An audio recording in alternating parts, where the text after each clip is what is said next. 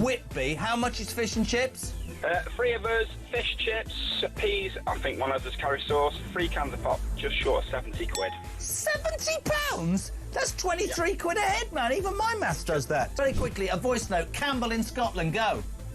Up here in Banff in the northeast of Scotland, we can get a fillet and a half of haddock with a regular chips for £8 and 10 pence, and it's by far and away one of the best chippies I've ever had. Kenneth in Surrey, fish and chips, go. Fish and chips in Ascot, about half a mile from where you used to live, will cost you £12 and 60 pence. Great show. Keep up the good work. That's why I moved, because you were living there. When was the last time you had fish and chips? Couple of weeks ago. How much? Where'd you get it from? I think it was about 40 quid. It was in the Ivy. Honestly, you really are.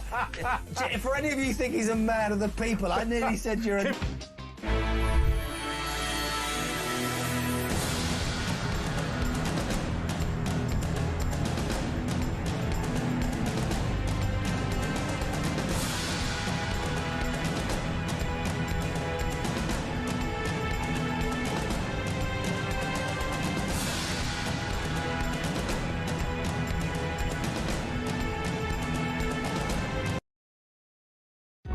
Across the UK, on DAB+, on your smart speaker, on your smart TV, and on your side. This is Talk.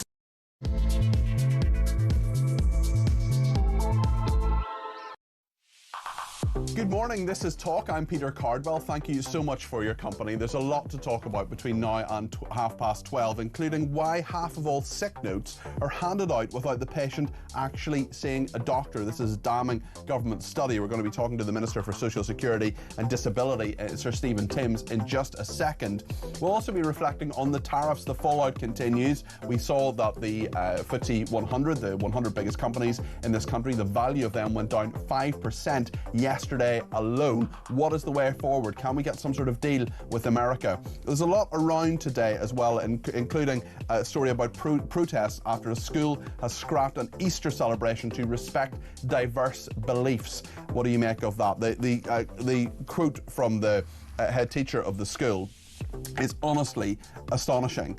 This is the head teacher who says, the head teacher said, by not holding specific religious celebrations, we aim to create a more inclusive atmosphere that honours and respects the belief of all our children and their families. Well, how is it inclusive if you are excluding the largest belief, the largest group of believers in this country, which is Christians? And certainly I have no problem with the Prime Minister and other leaders, and even, you know, if I went to those celebrations myself or marked them in an office or in a workplace or in a school, things like Hanukkah, things like Eid, no problem with that if people want to mark those. What about Easter? Easter is arguably even more important than Christmas to so many Christians because it celebrates the resurrection of Christ. What do you think of this? 0344 499 1000. We'll be talking as well about Ed Miliband spending £40,000 on UK flights in 6 months. Isn't he the person who's supposed to be getting us to net zero? And a union forcing Angela Rayner, the Deputy Prime Minister, to intervene in the Birmingham bin strike, and hotels threatening to evict hundreds of asylum seekers. There's lots and lots of stories. I want your view on all of them. 0344 499 1000.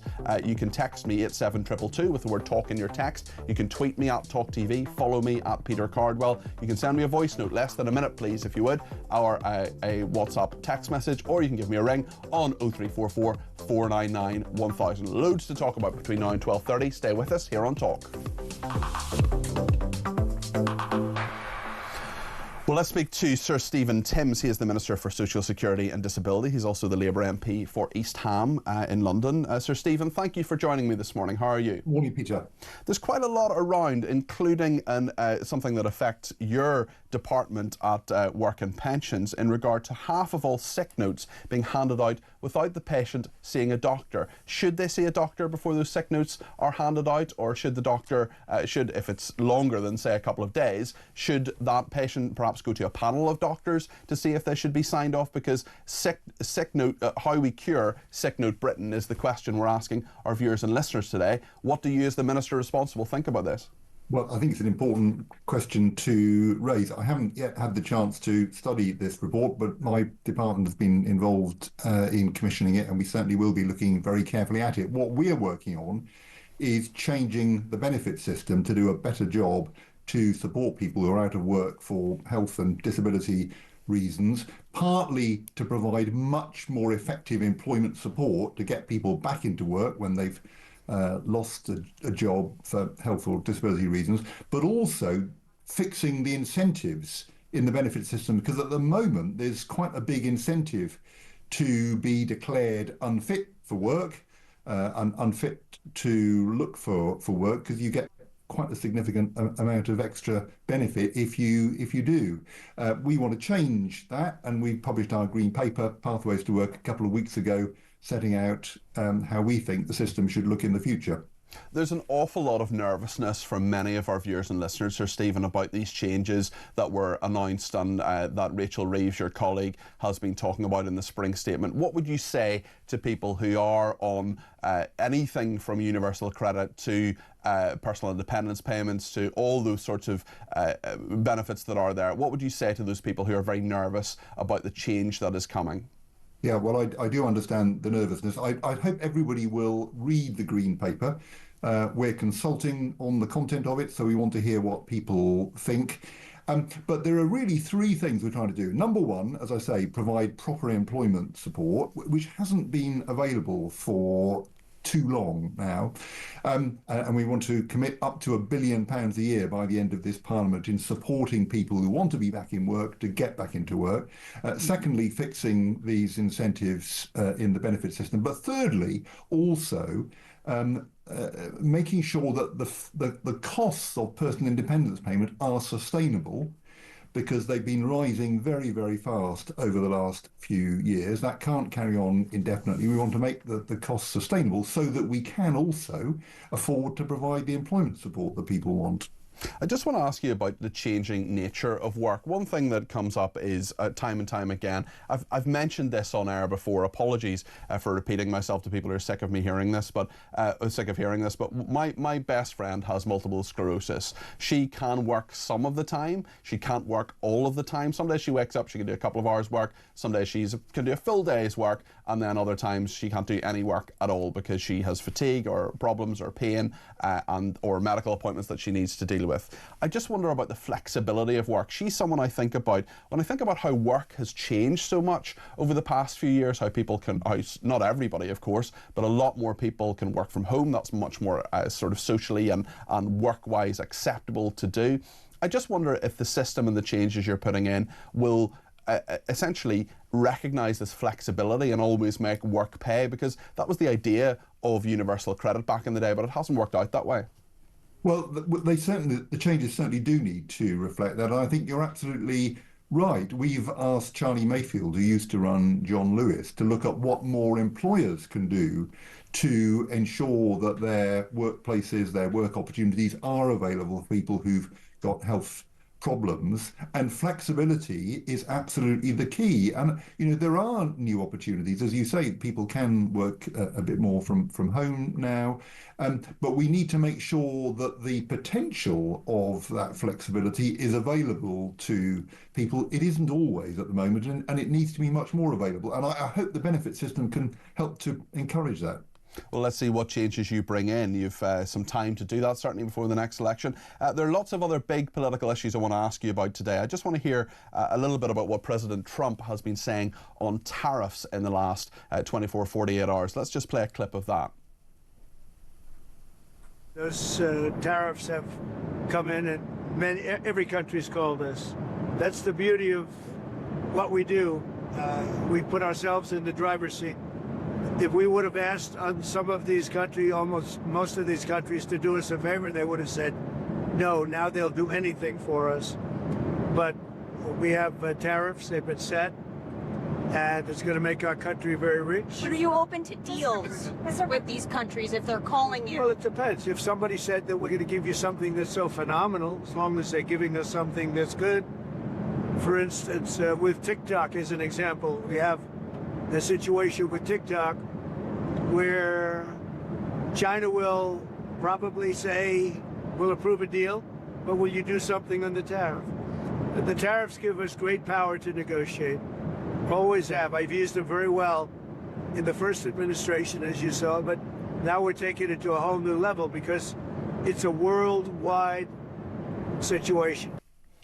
That was President Trump speaking on Air Force One. And Sir Stephen, he also said, I think Keir Starmer was very happy about how we treated them on tariffs. Was the Prime Minister happy? Are you happy at how we've been treated on tariffs?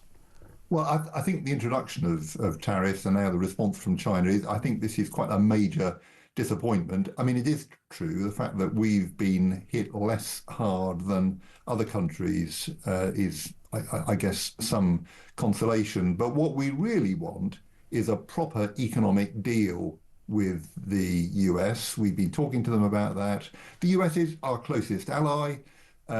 We've got a good trading relationship with the US, and we think there's a good basis there for a sensible, calm, considered economic deal, and we hope we'll be able to agree that over the months ahead. What should a deal look like, and do you expect the tariffs to go away when that deal comes in? Because it appears to me that, yes, this is a huge thing that President Trump is doing, but it also strikes me as a negotiating position. Well, I think that's true. I think that's what he was saying on the plane there, isn't it? There's been lots of discussion about the elements for a deal, and what's helpful is that we've got quite a well-balanced trading relationship between the UK and the US at the moment. We're not in a position as some other countries are with a huge imbalance. It's a reasonably well-balanced relationship, so that provides, a good starting point for a deal. And if we can achieve that, and it certainly would involve removing some of these tariffs that have just been imposed on us, then that's good news for us, but it's good news for the US as well, and we hope we can achieve it. Just on another matter, it's now 5 years since Keir Starmer has been leader of the Labour Party. He is the Prime Minister in the administration in which you serve, of course. And but we have some polling here from YouGov saying that before the election, 42% of British people said that they had at least a broad idea of what the Labour leader stood for. 9 months into his premiership, just a third of people say they know what the Prime Minister stands for. Do you know what the Prime Minister stands for? I think he stands for cool, calm, sensible leadership, and I think he epitomises that, and I think people are starting to see the benefits of that in a time of unprecedented volatility and uncertainty, more conflict in the world than we've had since 1945. I mean, these are difficult times, and I think what Keir Starmer is doing is leading the country in a very thoughtful, sensible, calm way to make the most of the opportunities that are available to us over the next few years. And I think increasingly people are going to see the benefits of that. Sir Stephen Timms, thank you for joining us this morning. Sir Stephen is the Minister for Social Security and Disability, also the Labour MP for East Ham. Plenty of people getting in touch, including Jane, who says the problem with this work from home culture is that it has turned society into a two-tier one. Many cannot work from home. During lockdown, the laptop workers sat at home waiting for deliveries from people who just couldn't work from home because they were delivery drivers. It's a very, very good point, Jane. Gemma says if they made it financially more viable to work than be on the sick, people would work, says Gemma. And Gemma, you're absolutely right. That was the whole idea behind universal credit, and then it just didn't work out that way.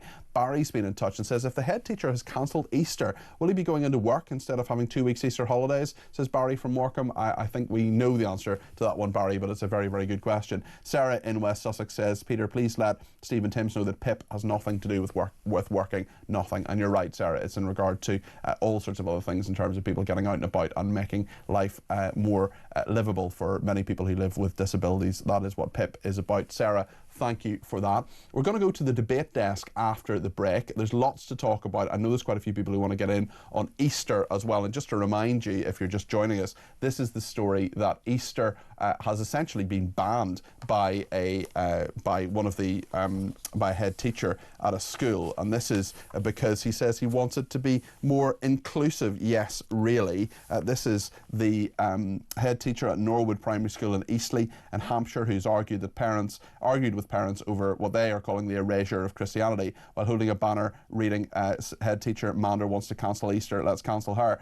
She sent a letter to parents and carers informing them the Easter bonnet parade and Easter service has been cancelled this year. At the time of the original announcement, she said, by not holding specific religious celebrations, we aim to create a more inclusive atmosphere that honours and respects the belief of all our children and their families. How can you be more inclusive when you're excluding the largest faith group? I don't know the answer to that. Maybe you do. 0344 499 1000. Jonathan Liss and Thea Washerwood, political commentators, both will be with us in just a few minutes here on Talk. Stay with us.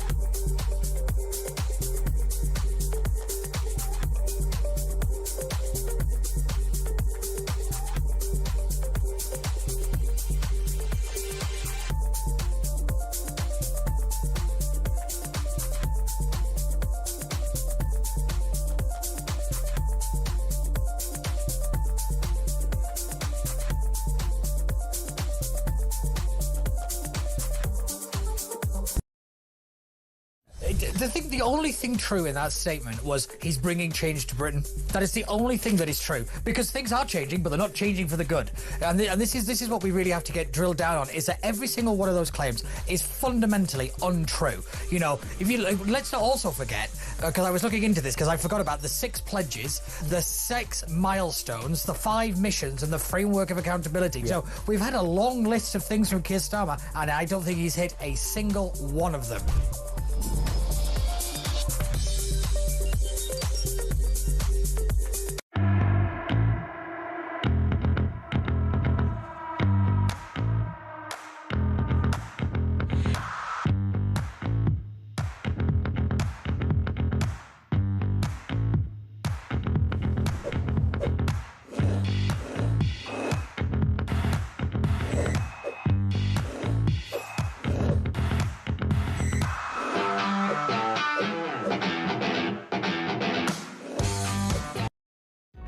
Across the UK, on DAB+, on your smart speaker, on your smart TV, and on your side. This is Talk. Thank you so much for your company this morning. This is Talk. Peter Cardwell here on between now and 12:30. I'm going straight to the debate desk now because Thea Washerwood and Jonathan Liss are standing by with all the big stories of the day. Great to see you both here. Thank you for joining me, and thank you to Aid, who's been in touch and said, morning Peter, do we know if the teacher cancelling Easter is a Muslim or one of the woke liberal left who detest white Britain, its religion and history? Well, I'm not sure what the religion of Stephanie Mander is. You don't know from someone's name what their religion is necessarily, but certainly there are lots of people who are very annoyed by this. At the time of the original announcement, she said, by not holding specific religious celebrations, we aim to create a more inclusive atmosphere that honours and respects the beliefs of all our children and their families. Jonathan Liss, how can you be inclusive by excluding the largest faith group in this country? Look, if this was a Christian school, then obviously it would be completely normal and appropriate to have the Christian festivals celebrated and paraded, etc. Otherwise, I think it should be up to the school. It should be a matter of discretion. If there are lots of children there from different backgrounds, you might decide that you will sort of recognise lots of faiths and have sort of different kinds of festivals recognised in the school, or you might decide to have none, or you might decide to have some. I mean, it's not something I can really comment on because I don't know about the makeup of the school. Well, it's a mixed primary school for pupils aged between 3 and 11 and has no religious affiliation. That I know, but I don't know about the sort of the demographic content makeup of that school, about sort of the ethnicity or religion. It's not inclusive, is it? Well, I don't know you can say that. It's would it be if they are they having sort of lots of different, if they're having all the other religions recognised but not Christianity, I would agree with you. But if they're deciding that, you know, we're not a religious school, so we're not going to have religion in school, which, by the way, is completely the norm in France, which is not some sort of woke hell that your correspondents might talk about. Laïcité, secularism, has been baked into the French way of licence, I think, in 1905. You're not allowed any kind of religious symbols in school, any kind of religious practice. And a lot of Muslims actually find that discriminatory, because people can wear a cross, for example, discreetly, but they can't wear a hijab in school. So I think that's wrong. I think that people should be allowed to wear what they like and celebrate what they like, but it's up to schools' discretion to see what they actually celebrate for kids. Theo, where do you stand on this? We haven't arrived at this situation by accident. You know, the reason we've arrived at this situation is because of a lack of strong leadership from the Anglican Church, primarily. You look at where Justin Welby finds himself now, the disgraced Archbishop of Canterbury.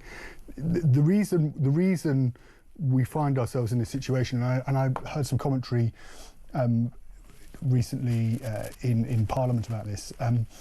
We need strong leadership from the Christian Church to say, you know, if we want Christian festivals, we've got to campaign for them. We've got to ask for them, and we've got to demand them. And I think we find ourselves in this situation because there's been this sort of slow, creep towards just sort of banality, really.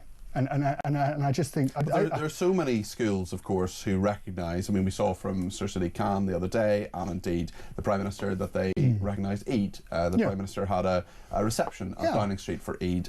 Sir Sadiq Khan put out a statement on Eid for which he's been criticised, but that's not really the point. Well, that was a disgraceful statement, by the way. Yes, it was, but that in this particular aspect, it is essentially about Easter, which is the biggest Christian festival. And you could argue that if lots of other festivals from lots of other religious groups are being used, the thing I don't understand about how it is inclusive atmosphere that honours and respects the beliefs of all our children and their families, because presumably some of the children, at least some of them, if it's all of the children and the families, some of them will be from a Christian background. But it also does the opposite of inclusion, because what it does is it creates a purchase and a foothold for people who want to sow division, to say, look at how hard done by we are, we're not having Easter celebrated. And I think it is the Easter holidays. That is why that we have a bank holiday, Good Friday, on Easter Monday. It is just a fact. As our texter said, is the head teacher not going to take their Easter holidays? Okay, but did the head teacher celebrate Eid? I mean, if the school has celebrated Eid and then scrapped its Easter celebration, I would be saying, yes, this is completely outrageous. Of course, every religion should be treated equally, or not at all. The Prime Minister is, I guarantee you, going to release a statement for Easter as well, and so is Sadiq Khan.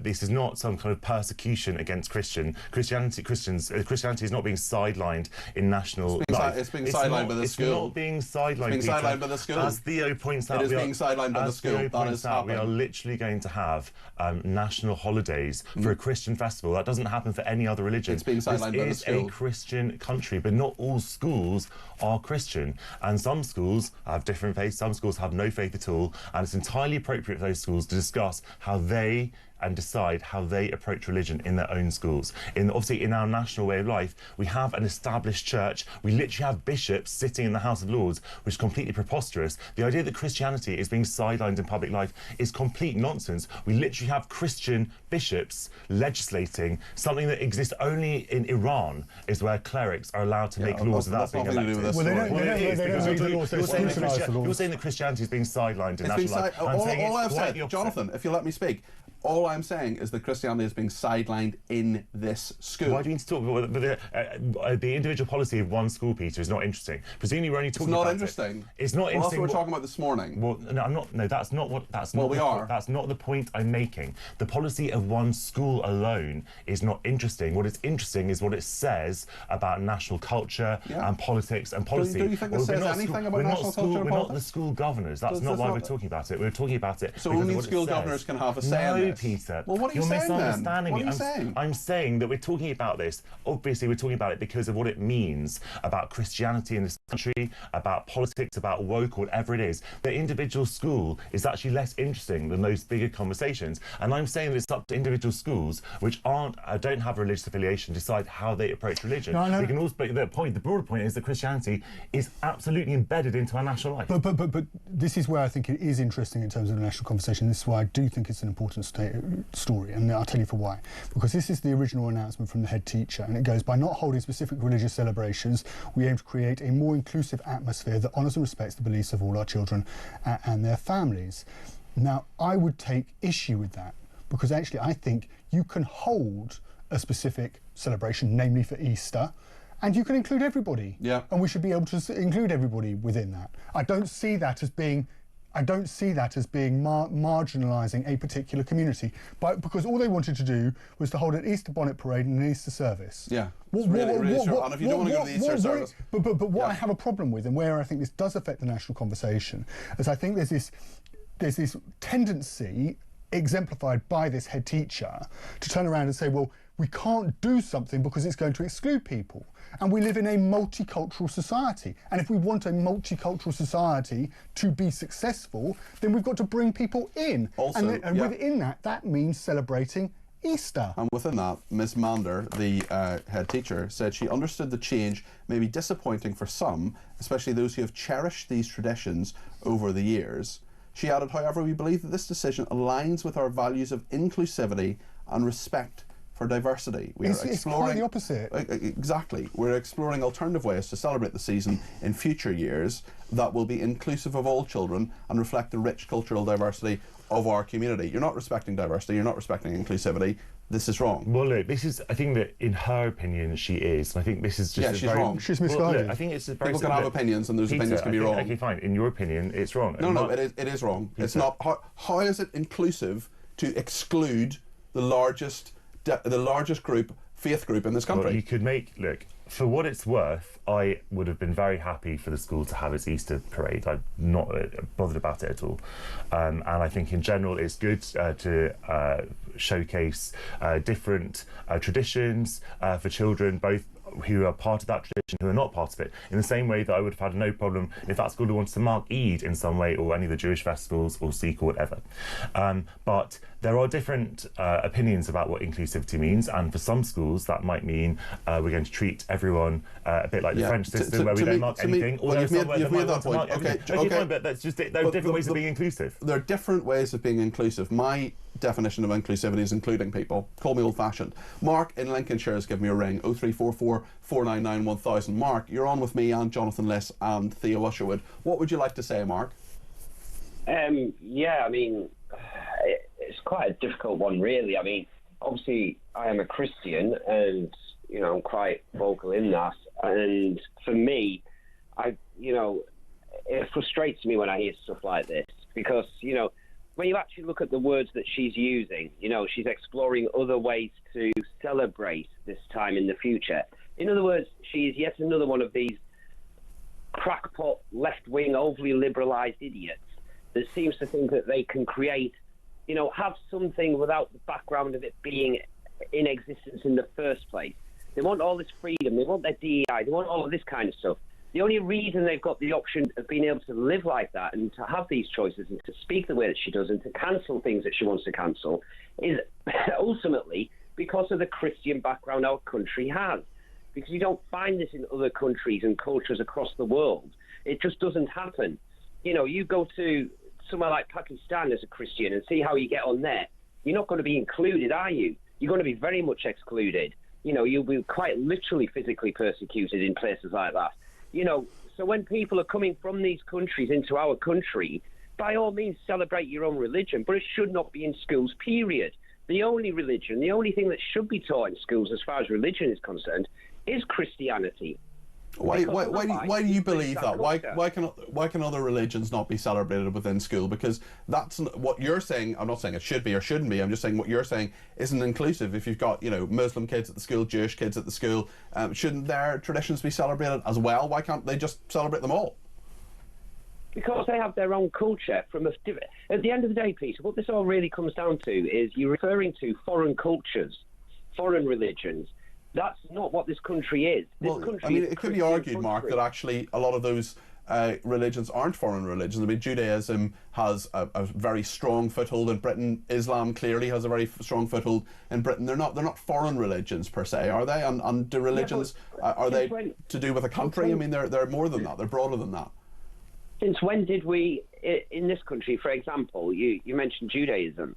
I certainly don't recall when I was at school, primary school or secondary school, ever really celebrating anything to do with Judaism. I certainly didn't in my school, but I would imagine that every single student in my school was a Protestant professing for the Protestant religion. But that doesn't mean that you shouldn't have some appreciation of other religious festivals. And you could argue, I mean, there'll be students at this school, for example, who are not Christian, who may not want to take part in this, for example, or alternatively may want to take part, but they want their own, or their parents want their own traditions celebrated as well. Well, the problem is, Peter, and this is where the real big problem with all that kind of talk comes in, really. And that is, going back to what I was saying about the only religion that should be celebrated within certainly a state school is that of the culture that we are, which is a Christian culture. And the reason for that is, I'm not saying, a Muslim can't practice their faith and have their mosques. I'm not against that at all. What I'm against is that if you're coming into a country and you're choosing to move to that country and have a family in that country, whatever other faith you have to ultimately respect the faith that built this country. Are we still a Christian country, Mark? I would like to think so. I mean, it is a bit of a struggle sometimes because you do look around. I mean, as I said to the researcher, whoever it was that answered the call originally, I'm certainly not the only Christian that feels this way. Yeah. Okay. You do feel as a Christian in this country that you are being, we increasingly seem to be getting persecuted for whatever reason it is. You can have, there's lots of evidence out there where you have people, from Islam that are handing out Qurans and this kind of thing. But when Christians are doing it in the streets, when Christians are preaching in the streets, they're getting harassed by police. They're getting threatened with arrest by police. And this is increasingly happening, and it's going on and on and on. Then you have stuff like this where schools are cancelling Christianity and all this kind of stuff. And it's like, well, what is going on? I mean, is this really what you want? Is this the path that they really want to go down? Okay, Mark, thanks for your thoughts on that. That's Mark in Lincolnshire. Let's hear a voice note from Ian in Nottingham on this particular topic. Morning, Peter. Great show as always. Just listening to the show. And your guest, who can't make his mind up what day it is, and he needs to know the ins and outs of the demographics of the school. This, that, and the other. No. In a word, no, you don't. Kick this woman out. We are a Christian country. What we're aiming for is eradicating everything that we hold in our values in this country, and it's not on. Would they do this for other religions, or is it like Mr. Khan in London? All one way. Thank you, Ian. That was Ian in Nottingham. No doubt you are awaiting with bated breath what Jonathan Liss and Theo Usher would think of this. But you're just going to have to wait a couple of more minutes because we're going to go for a break. But I promise you we'll get more opinions on this, including yours. 0344 499 1000. Stay with us.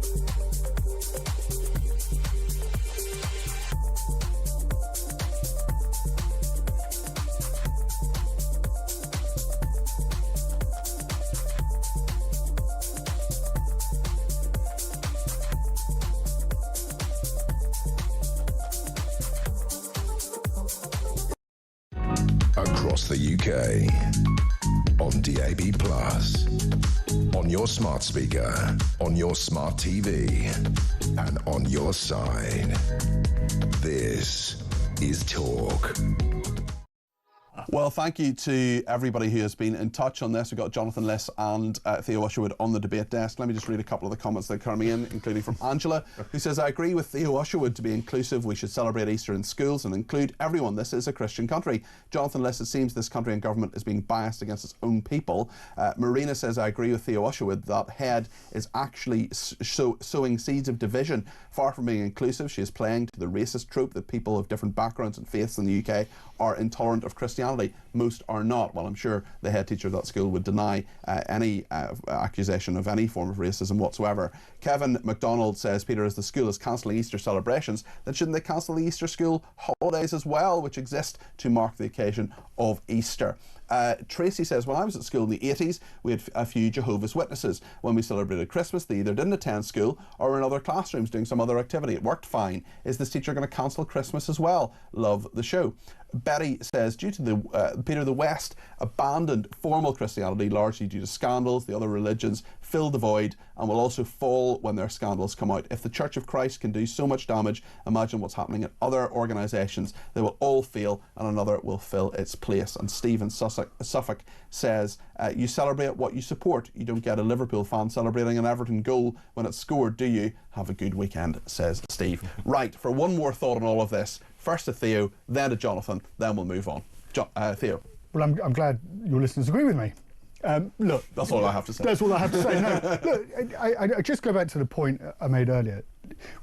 You can, in a school, and this is a Hampshire school, right? So let's just say it as it is. It is most predominantly going to be the pupils are going to be from a Christian background. That would be my presumption. This is not a school in a city like Birmingham or London, so let's just say it how it is. And I would have thought, quite simply, you would hold an Easter celebration, and let's suppose that there is a child from a Muslim background or a Sikh background or a Jewish background. They can take part in that celebration, and they can take part in the Easter bonnet parade, and they can attend the service, and that can be inclusive, and they can come in and they can see what, you know, they can take part in. Yeah, some local school close to me has a competition where they actually, you know, there are prizes for the best Easter bonnets, for example. Have you entered it? We actually, my wife won. She entered, so she won one a few years ago now, and you can take part, and that is inclusive, right? And nobody is trying to convert you away from a particular religion. Nobody's trying to exclude you.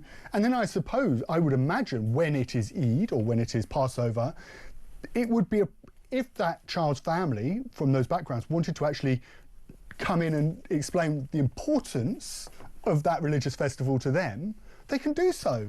And that's not trying to convert the majority of Christian, you know, kids from Christian families. That's just saying, this is our religion. That is an inclusive approach. Religion is part of our life, and actually, religion has a huge amount of value because we live in an increasingly secular society where we can, you know, so many things, you know, whether it's from technology to events or family life, people struggling to get by. We you know, the spiritual, you know, trying to find a spiritual meaning to life often gets pushed to one side. And I would have thought that actually when there is an opportunity like Easter to celebrate it, you can celebrate it in terms of Easter bonnets, or you can celebrate it in terms of the deeper meaning for Christians around the world. That opportunity should be taken, and I think that has a value rather than trying to shut people out, shut it down, and just try and gloss over it and turn it into a mishmash of nothing really. Jonathan, final thought from you on this. I mean, I don't really have anything much more to say beyond what I did before, which is that people have the right to mark festivals or not mark them. If this is a secular school, but this is a decision. But there's the danger of going down the road of not marking them. I think that's the point, isn't it? I think the point is just hold on. The point is this is a school head making a decision on behalf of the school whether to do this or not. Well, I mean, obviously school heads make decisions based about the schools all the time. That's their job. But yeah, but my point is it's not individual children making the decision whether to celebrate this or not within school. It's the school head teacher who's making that decision for them. Look, if I was the head teacher, I would have let this go ahead. And I think that it's important to mark different festivals and to teach children about different religions. And also, as Theo says, we live in a secular country, and a lot of people who we might think of as being Christians are actually not Christian at all. That obviously, I mean, I'm not Christian. I'm culturally Christian, and I've been brought up in this country and its traditions, obviously, but I'm not at all Christian. I mean, I'm Jewish. I'm culturally Jewish. I don't believe in God, really. But so there are all kinds of nuances in this conversation, and I don't think, in terms of if you were just measuring Christianity on religious observance or religious belief, I actually don't think that we're a Christian country anymore. But we're obviously a culturally Christian country, and for the reasons I pointed out, Christianity is baked into the constitution of this country. Okay. The king is the head of the Anglican Church. We have bishops in the House of Lords. There is no, and we have public holidays on Christian festivals. There is no risk of Christianity being pushed out of this country. That is alarmist. What we're talking about is a decision of one head teacher in one school. I don't think it marks the downfall of Christianity in this country. Why don't we have a public holiday for St Patrick's Day? That's what I want to know. Anyway, well, they do Northern Ireland Day. Apparently, I know they do, and they don't in the rest of the UK. It's very annoying. Anyway, one parent, should be said the head teacher, Miss Mander, is an amazing person. She has brought the school out of the gutter. Parents have different views, but as a Christian, if they think it's better to celebrate Easter in the school, then so be it, said one of the parents. Well, what do you think about this? 0344 499 1000. Loads of people getting in touch, including Richard from Crawley, who says religious studies is the only place all religions should be taught and no religion imposed on students in non-faith schools. I went to a Roman Catholic school and we got taught about the Bible. Nothing else. Islamic schools only teach about Islam. Not sure about Jewish schools. It should be the parents' choice what their children are taught on religion, in my honest opinion, says Richard. Yeah, but what if you have lots of different children from lots of different religions? Surely they should all be reflected. And Dorothy in East Kilbride says, all my life, people of all faiths have lived happily side by side. What we must ask is the rise of Islam in this country, who are now pushing the change, and the lefties are happy to oblige. We can certainly continue to discuss this. I'm going to move on to other topics with the panel, but if you want to get in on this, 0344 499 1000 is the number to call. You can text me at 7222 with the word talk in your text, or send me a voice note if you want to. Less than a minute, please, on that main number, 0344 499 1000. Lots around this morning, including half of all sick notes are being handed out without the patient seeing a doctor. We're asking, how do we cure Sick Note Britain? What do you think about that? How do we cure Sick Note Britain? Jonathan Less. I mean, I don't know, Peter. Okay, Theo. I'm joking. Jonathan. I don't know. Go on. I'll give you. The problem with this is that the argument would be, you'd immediately say half full sick notes handed out without patients seeing a doctor. You'd think that actually the government should change it, and they should ensure that all sick notes are handed out when you see a doctor. Just to give you a broad brush on the numbers, there are 1,000 applications for personal independence payments a day. Yeah. The system cannot cope, and I know that sick notes and personal independence applications are completely separate, but the National Health Service simply cannot cope with the level of scrutiny, in meeting the level of scrutiny that many of your listeners want. There needs to be, at some point, there needs to be a cultural shift so that people feel incentivised to work. And the difficulty the government has right now is that jobs aren't paying enough. They're not offering the security. They're not offering the what people want. And so at the moment, the incentive is for people not to work, to find a way of not necessarily, of calling in sick. And that's the culture. That's something far deeper that runs much. I agree with you. And we have nearly 1 million young people, half of whom have never worked, who are not in education, employment, or training at the moment. Okay, but see, I actually disagree with you on one of those points. I agree on the big point, which is that GPs are completely overwhelmed. We have a shortage of GPs. We have a massive surplus demand to see those GPs. And I think a lot of people complaining about this would be even more angry if GPs insisted on seeing every single person who wants a sick note, because that would mean even fewer GP slots for people who actually need to go and see a GP to get better, not to get signed off of work. So actually, and also there's the argument, which it was made in this article that we read, that GPs, I don't think that seeing someone in person makes the GP sort of magically more able to diagnose their condition or to assess whether they're telling the truth. I think it does. Then if you see someone online, I mean, there might be in some circumstances. Well, there are lots of circumstances where you need to examine a patient, for example. There are lots of circumstances where you need to do that. But if you're asking people about their symptoms, time and time again, especially over the COVID lockdowns,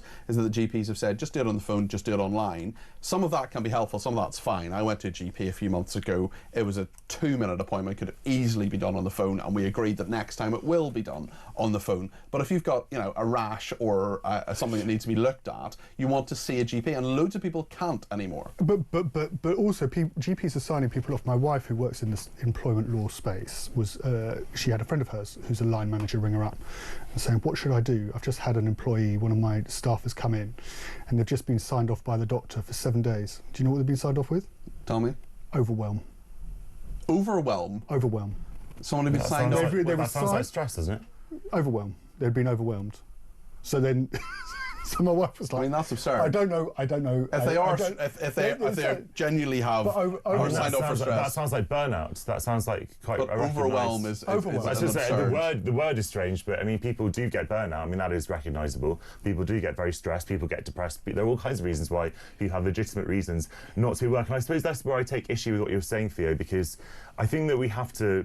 I don't think that there is this millions of people who just want to sponge off the state. No, I agree with you. I'm not saying you said that. But this idea that there's a disincentive to work, I'm not sure that's true. I think that if you take it as a base note that people, you know, a lot of people do get sick, a lot of people do need to get signed off for various reasons, and you kind of take this as the base note that people are acting in good faith, and then you think, well, maybe there are some people who aren't, and let's see if we can... But it's not necessarily about acting in good faith, it's about whether the system incentivises or indeed rewards not working. I mean, hold on a second, even Sir Stephen Timms, the Minister for Social Security and Disability, was essentially saying that earlier, and this was the point of universal credit, that work should always pay. And if you're faced with it, I'm not saying people are work shy, I'm not saying people are swinging the lead in any way, but if you are someone who does 16 hours a week in a job and then you're offered extra hours and you think, well, no, actually I don't want the extra hours because I'm going to lose some benefits, well, that's a perverse way that the system works. I think it's more complicated than that, and I tell you for why. I think there's two things going on. There's obviously I think that employment isn't necessarily particularly young people offering young people the structure that I'm in my early 40s, the structure and support that I necessarily had when I started my career. Okay. And I look at many young people and I talk to young people right across the board. I was talking to somebody who was, come out of university. They spend 2/3 of their disposable income on rent and bills. It is. I am not for one moment belittling the struggles that Generation Z are under. I mean, it is absurd. Okay. That, but having said that, I do think, and I know Jonathan will take issue with this, I do think that that the younger generation are a little bit softer. I think it's a mixed picture. Okay. But I think actually. Well, let's talk about that. I'd love to hear your views on this at home, or in the car or wherever you are. Maybe you're one of the car dwellers. You can let us know. 0344 499 1000. Our Generation Z just a bit softer, as Theo puts it. We'll get views on this, and I promise, Jonathan, we will talk about tariffs after the break.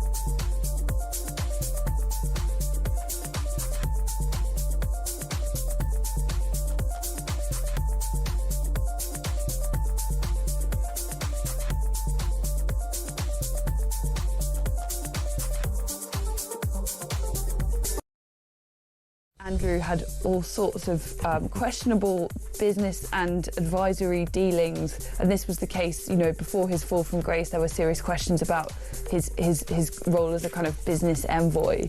I think having a meeting is very different to offering real support. I mean, how many people does the King meet every day, every week?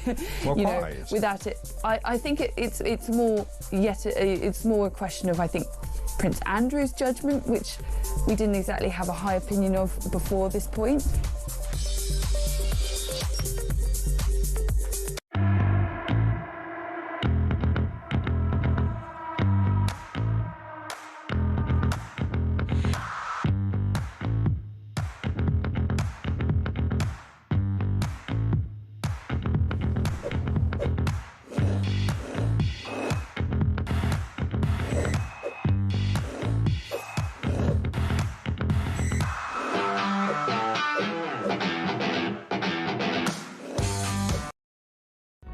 Across the UK, on DAB+, on your smart speaker, on your smart TV, and on your side. This is Talk. Luke has been in touch on Twitter. He says, "Good morning, Peter. Lovely show as always. Regarding sick notes, if someone is applying for a long-term sickness or an illness that is considered serious enough not to work, well, you should really see a doctor, certainly before the benefits and awards are given. Surely that sense." Well, there are some assessments that are done for those things, but certainly there are far more of them that are done on the phone than in person, and that is an increasing problem, far more than have been done before. That's an increasing problem. We're asking the question today, how do we cure sick note Britain? Let me know your thoughts. 0344 499 1000. And just one more before we go back to the debate desk on a number of other issues, including tariffs. I want to read out something from Mark in Suffolk, who says it is just inane virtue signalling, this school cancelling Easter, from ideology-driven clowns in power. They come up with these vacuous ideas, thinking they are somehow progressing diversity, equity and inclusion, when it is this ridiculous cult of virtue signalling going to stop. We will continue talking about that throughout the show. We're on air between now and 12:30, 0344 499 1000. Now it's the moment you've all been waiting for. It's Jonathan Liss's views on the tariffs. Off you go. What can I say about the tariffs, Peter? You're delighted. You're delighted. You think they're amazing? Okay. I mean, Trump is a wonderful person. Is there anyone who can give me an economic reason why these are going to be actually good for anybody? Because if there is, I would like to hear it. Now, Theo says yes. Right, okay, let's hear from Theo. Let's hear it. Right, we've got to stop this collective freak out every time Trump does something. Honestly, people like Jonathan Liss, like... people like Jonathan Liss. No, stop the fire. Look, there is... everybody wants to have a collective freak out every time Trump does something like this, and I know it serves a purpose and people feel better about themselves, but Donald Trump cares about one audience, and he doesn't even care, I wouldn't even say, about the American people per se. He cares about the people who voted for him back in November. Those are the only people he cares about, and the reason he's done this is because he wants to bring those people skilled jobs back to America, and this does that. And I listened to Ursula von der Leyen. Hold on. I listened to Ursula von der Leyen, right? Chesney Hawks look alike. Yeah. And President of the European Commission, to you and me, Peter, Jonathan, and she was saying, you know, this is going to have a decimating impact, or something I'm paraphrasing here, on people around the world and economies around the world. And I agree with her. It will, for countries like Vietnam, Cambodia, which of course you only have to look at the label of your shirt or jumper or whatever, or trousers. Those clothes, your clothes will be made in those countries and they will be imported into America. And that is no longer going to happen. And what Trump has done is he's hit the reset button. He's come in and he's hit the reset button. And I listened to, I was looking at some commentary, and JCB are now doubling the size of their plant that they were building in Texas, and they're going to make it even bigger to serve the American market. He is going to bring skilled jobs back to America that pay proper wages. And this is where I also take issue, and my final point on this is, you can go to New York and you can go to Los Angeles, you can go to San Francisco, you can go to the cities on the coast, and you can see enormous wealth. But you only have to drive half an hour outside of New York, and I've done this, by the way, to places like New Jersey. You only have to drive an hour and a half, 2 hours outside New York to places like Pennsylvania. Yeah, Scranton, Pennsylvania. I've been there. And you see, and you will witness a country that has lost its way. Okay, so this is a president, and this president will serve. So this is a president serving the people who have voted for him, Jonathan.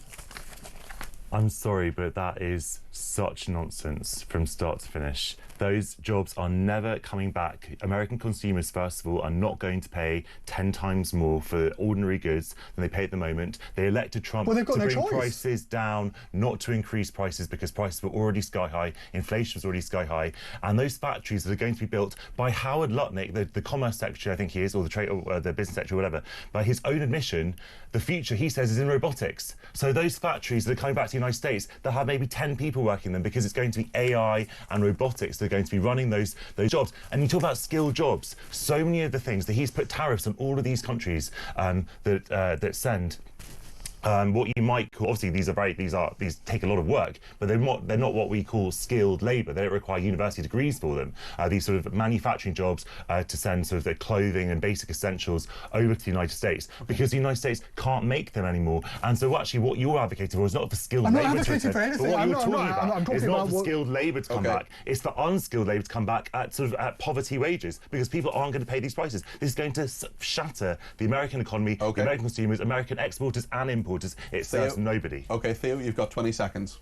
Let's see where we land with it. I take the point, the economic point that Jonathan's making. By the way, I accept it.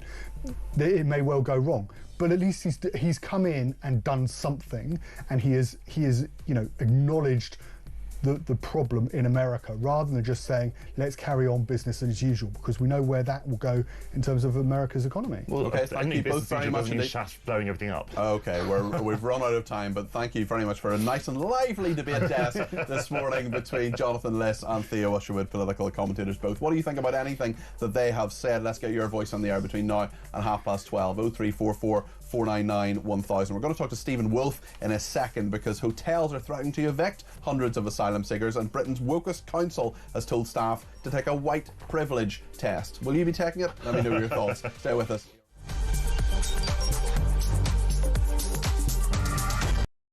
How much, ladies and gentlemen, are fish and chips where you come from? We'll go to Jason in Crewe. Jason from Crewe. Fish, chips and peas, £7.50. It's the best chippy in England. Janice in Leeds, go. Regarding fish and chips in Leeds, it's between £9.50 and £12.75. Whitby, how much is fish and chips? 3 of us, fish, chips, peas, I think one of us curry sauce, 3 cans of pop, just short of 70 quid. £70? That's 23 quid a head, man. Even my maths does that. Very quickly, a voice note. Campbell in Scotland, go. Up here in Banff in the northeast of Scotland, we can get a fillet and a half of haddock with a regular chips for £8 and 10 pence, and it's by far and away one of the best chippies I've ever had. Kenneth in Surrey, fish and chips, go. Fish and chips in Ascot, about half a mile from where you used to live, will cost you £12 and 60 pence. Great show. Keep up the good work. That's why I moved, because you were living there. When was the last time you had fish and chips? Couple of weeks ago. How much? Where'd you get it from? I think it was about 40 quid. It was in the Ivy. Honestly, you really are. For any of you who think he's a man of the people, I nearly said you're Keeping it real.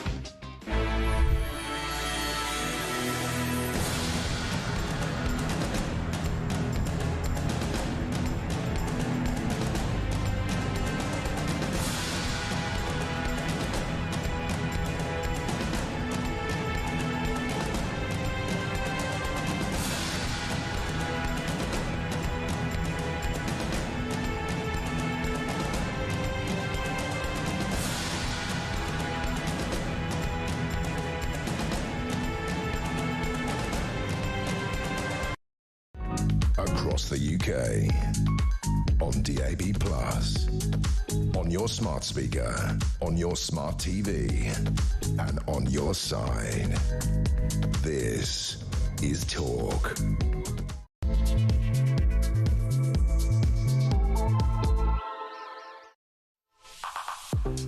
Good morning, this is Talk. I'm Peter Cardwell. It's just gone 11 o'clock. Thank you so much for all your messages that are coming in thick and fast. We're going to play a few voice notes in a second in reaction to what Jonathan Liss and Theo Usher would have been saying about all sorts of things, particularly this debate about Easter and the school that is essentially cancelling Easter because it's saying that the service that they've held for many years isn't going to be held anymore. Why? Inclusivity.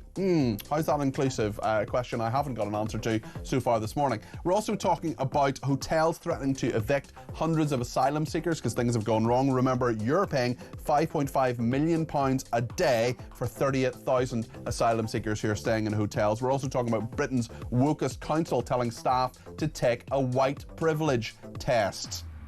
Just such a load of old nonsense. Birmingham's bin problems and the crisis in temporary accommodation. This is something we need to talk about because there are loads of people who don't have a permanent roof over their head. There are kids who are in B&Bs who just don't have somewhere to live. That's a whole crisis we're going to talk about a little bit later on this hour. I want your views on all these issues. 0344 499 1000 is the number to call. You can text me 87222 with the word talk in your text. You can tweet me at talkTV. Follow me at Peter Cardwell. Send me a voice note. Less than a minute, please. Not everybody's been doing that. 0344 499 1000. That's the number as well to give me a ring. That's also the number to send me a WhatsApp text message, as many people have done this morning as well. And thank you to everybody who's contributed. 0344 499 1000. That's the main number. That's the main number you need. Lots to discuss between now and 12:30 here on Talk.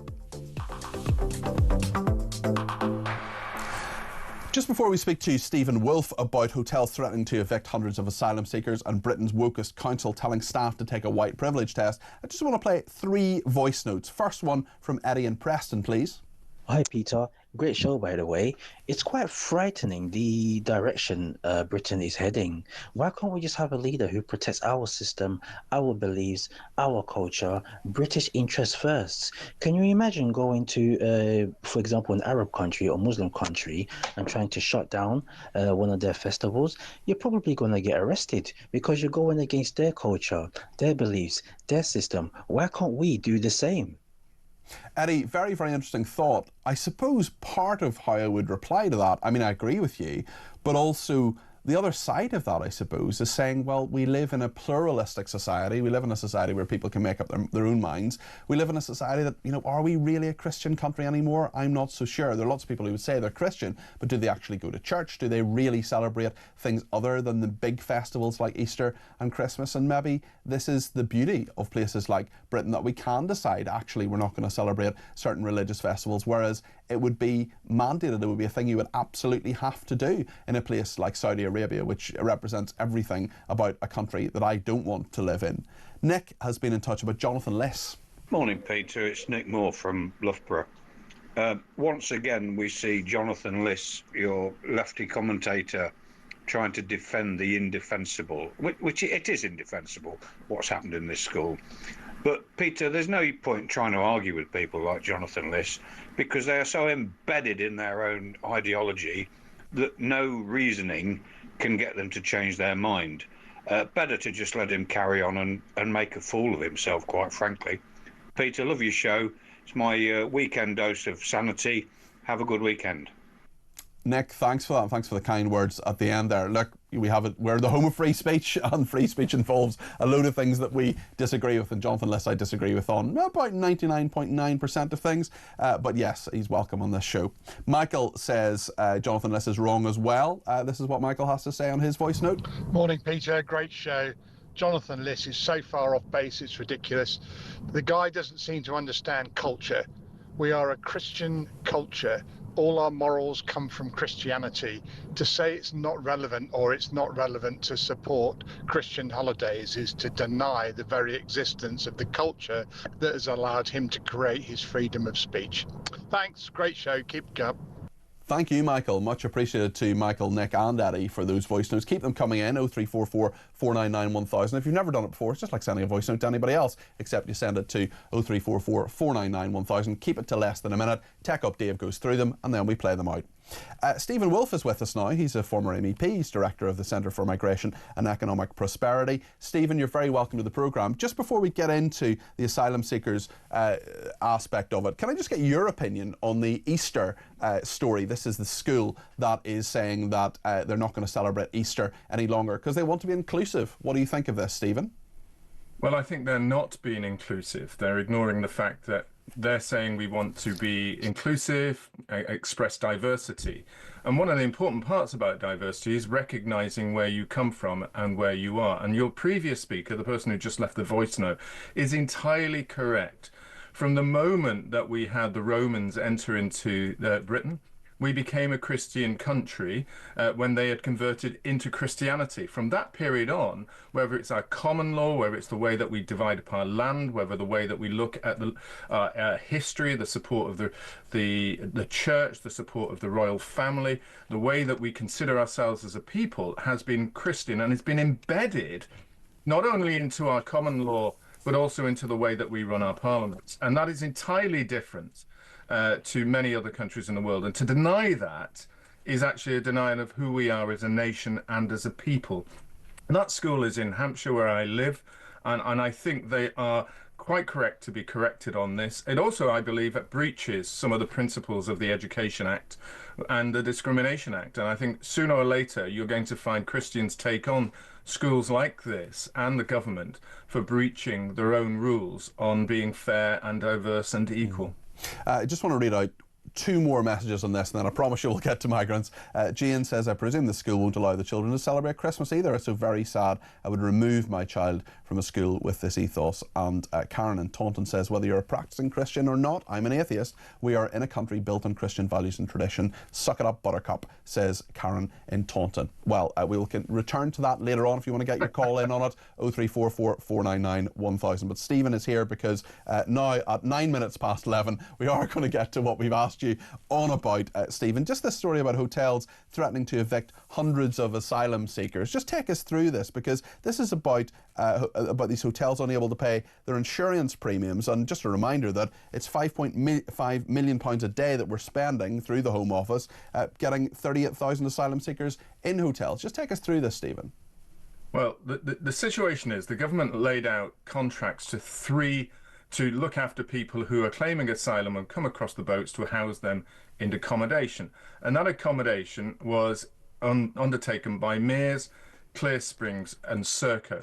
Due to the volume of people that have come across the country, we now have about 112,000 people in the asylum system, Peter, then we have now about 50 to 60,000 who are currently stuck in hotels. So Serco, and in this case Clear Springs, decide to subcontract those housing of asylum seekers into hotels across the country.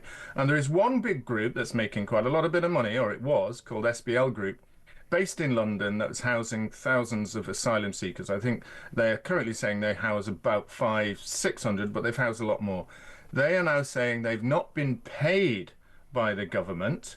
So as a consequence of that, they are going to push people out onto the streets and no longer have them. I think they're playing games by saying that we know we should be paid for the time that we've housed them. We haven't had it from the Home Office. The Home Office, on the meantime, are saying that when Clear Springs subcontracted, there was a bit of confusion over the contracts, how they are supposed to work. We will get to pay them eventually. But this is just another sign of the shambles at the heart of the system, and could potentially involve asylum seekers being turfed out on the streets. Now, there's a lot of anger from a lot of our viewers and listeners in regard to asylum seekers being in hotels, but there's going to be a heck of a lot more if they don't have anywhere to stay, presumably. Oh, absolutely. And I think what we're going to find is that if they are placed out onto the streets, what we do know is, as you're seeing in Glasgow at the moment, they become a responsibility of the local authority. And the local authority are then having to try and house these people themselves. And as you've seen in the recent news about Glasgow, which has said that it's facing real difficulties in being able to house asylum applicants and those being granted permanent right to remain, and their families that come thereafter, is creating social incohesion. So you'll have two problems with this. First of all, hundreds of asylum seekers being put out on the street. No doubt those who support migrants are welcome. We'll put them into their houses and their homes straight away, as they will kindly do. I'll see them actually in lines outside these hotels offering that, as we'll wait. Oh, I'm sure that will happen. Yeah, absolutely. Yeah, it'll be very interesting to see what happens if this comes to a head. I'm sure the Home Office is in a bit of a panic about it, but we'll see what they actually do about it. Certainly, the Home Office says it's currently reviewing all the contracts that Labour inherited from the Tories, including that for Clear Springs, which is the company you talk about that, which, as you say, subcontracted the running of the hotels to this company, SBHL. Just shows the chaos at the heart of all this. Tell us as well about a story about Britain's wokest council telling staff to take a white privilege test. This is Westminster City Council seeking to boost recruitment of non-white global majority candidates, I hate that phrase, for senior posts by giving them preferential treatment over equally qualified white applicants. In what way is that not against the law? Well, I would have thought that if this is proven right, this is a case for lawyers, and they're going to be absolutely running towards the bank with success. It's just racist. It's just racist. Because it is if you're discriminating against someone on because of their skin colour, that is racism. Well, unfortunately, we have been seeing this across, or attempts to do this across the country. And I think it's a disgraceful element to try and embarrass white people for actually who they are, to suggest that they've got white privilege. I would ask them, where was my grandfather's white privilege and his family's, as they were virtual slaves in the factories of Manchester doing cotton for big barons who were making quite a lot of money at the time? Was that not the sort of historical pain that is being suggested should be introduced through our sentencing council, through the police council of policing that's suggesting on bail? Think about those from other ethnic minorities, what their history is, and now we've got a council that's suggesting that is a level of white privilege that you've got. And I agree with all of that. And you also look at one of the groups that has the worst educational outcomes in this country. It's white working class boys. Where is their white privilege? Well, exactly, and all we're going to get now is the fact that they've got white privilege, they're toxic masculine, and now through this ridiculous program from Netflix, Adolescents. No, I like it. I think it's good. Well, I'm going to disagree with you there as someone of mixed race with a kind of white family and a mixed different colours family. I think the acting was great. I would say that the cinematography was wonderful, and even the message and the emotions of the parents at the end was brilliant. But the suggestion that a bunch of girls can bully a boy by insulting him, leading him to murder, obviously something we don't want to see, but is not addressed. The fact that you see a black girl smack a boy in the schoolyard and not really get too much into trouble. There's a lot of, how did you feel about that? The sexualization by the psychologist of a 13-year-old boy.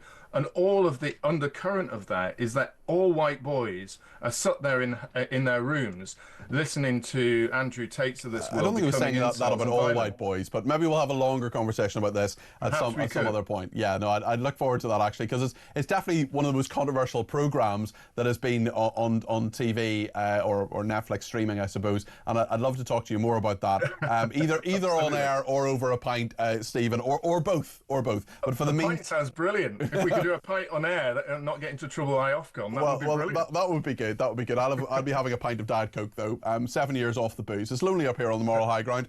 Stephen, thank you. That's Stephen Wolfe there. He's a former MEP director at the Centre for Migration and Economic Prosperity, disagreeing with me on adolescence, and maybe you do too. 0344 499 1000. Tell me why I'm wrong.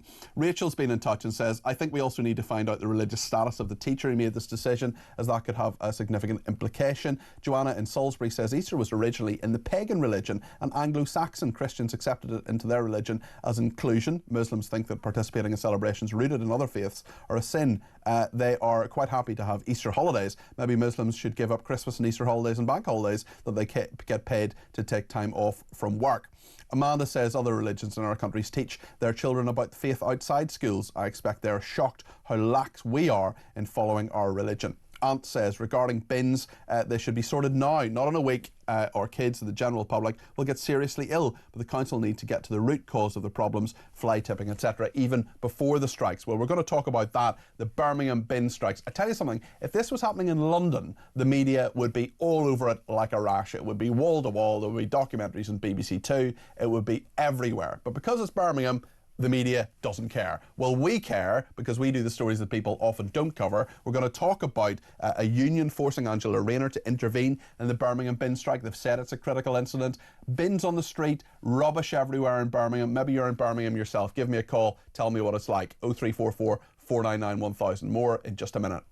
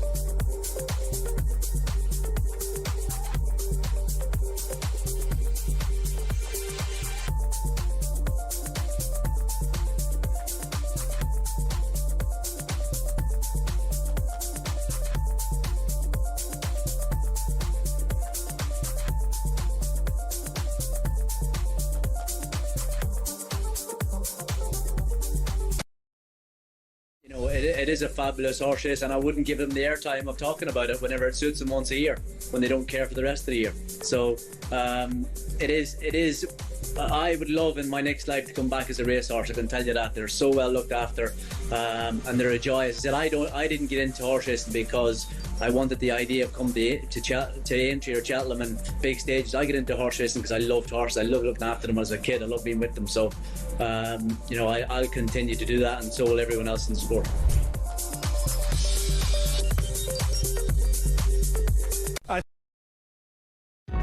Across the UK, on DAB+, on your smart speaker, on your smart TV, and on your side.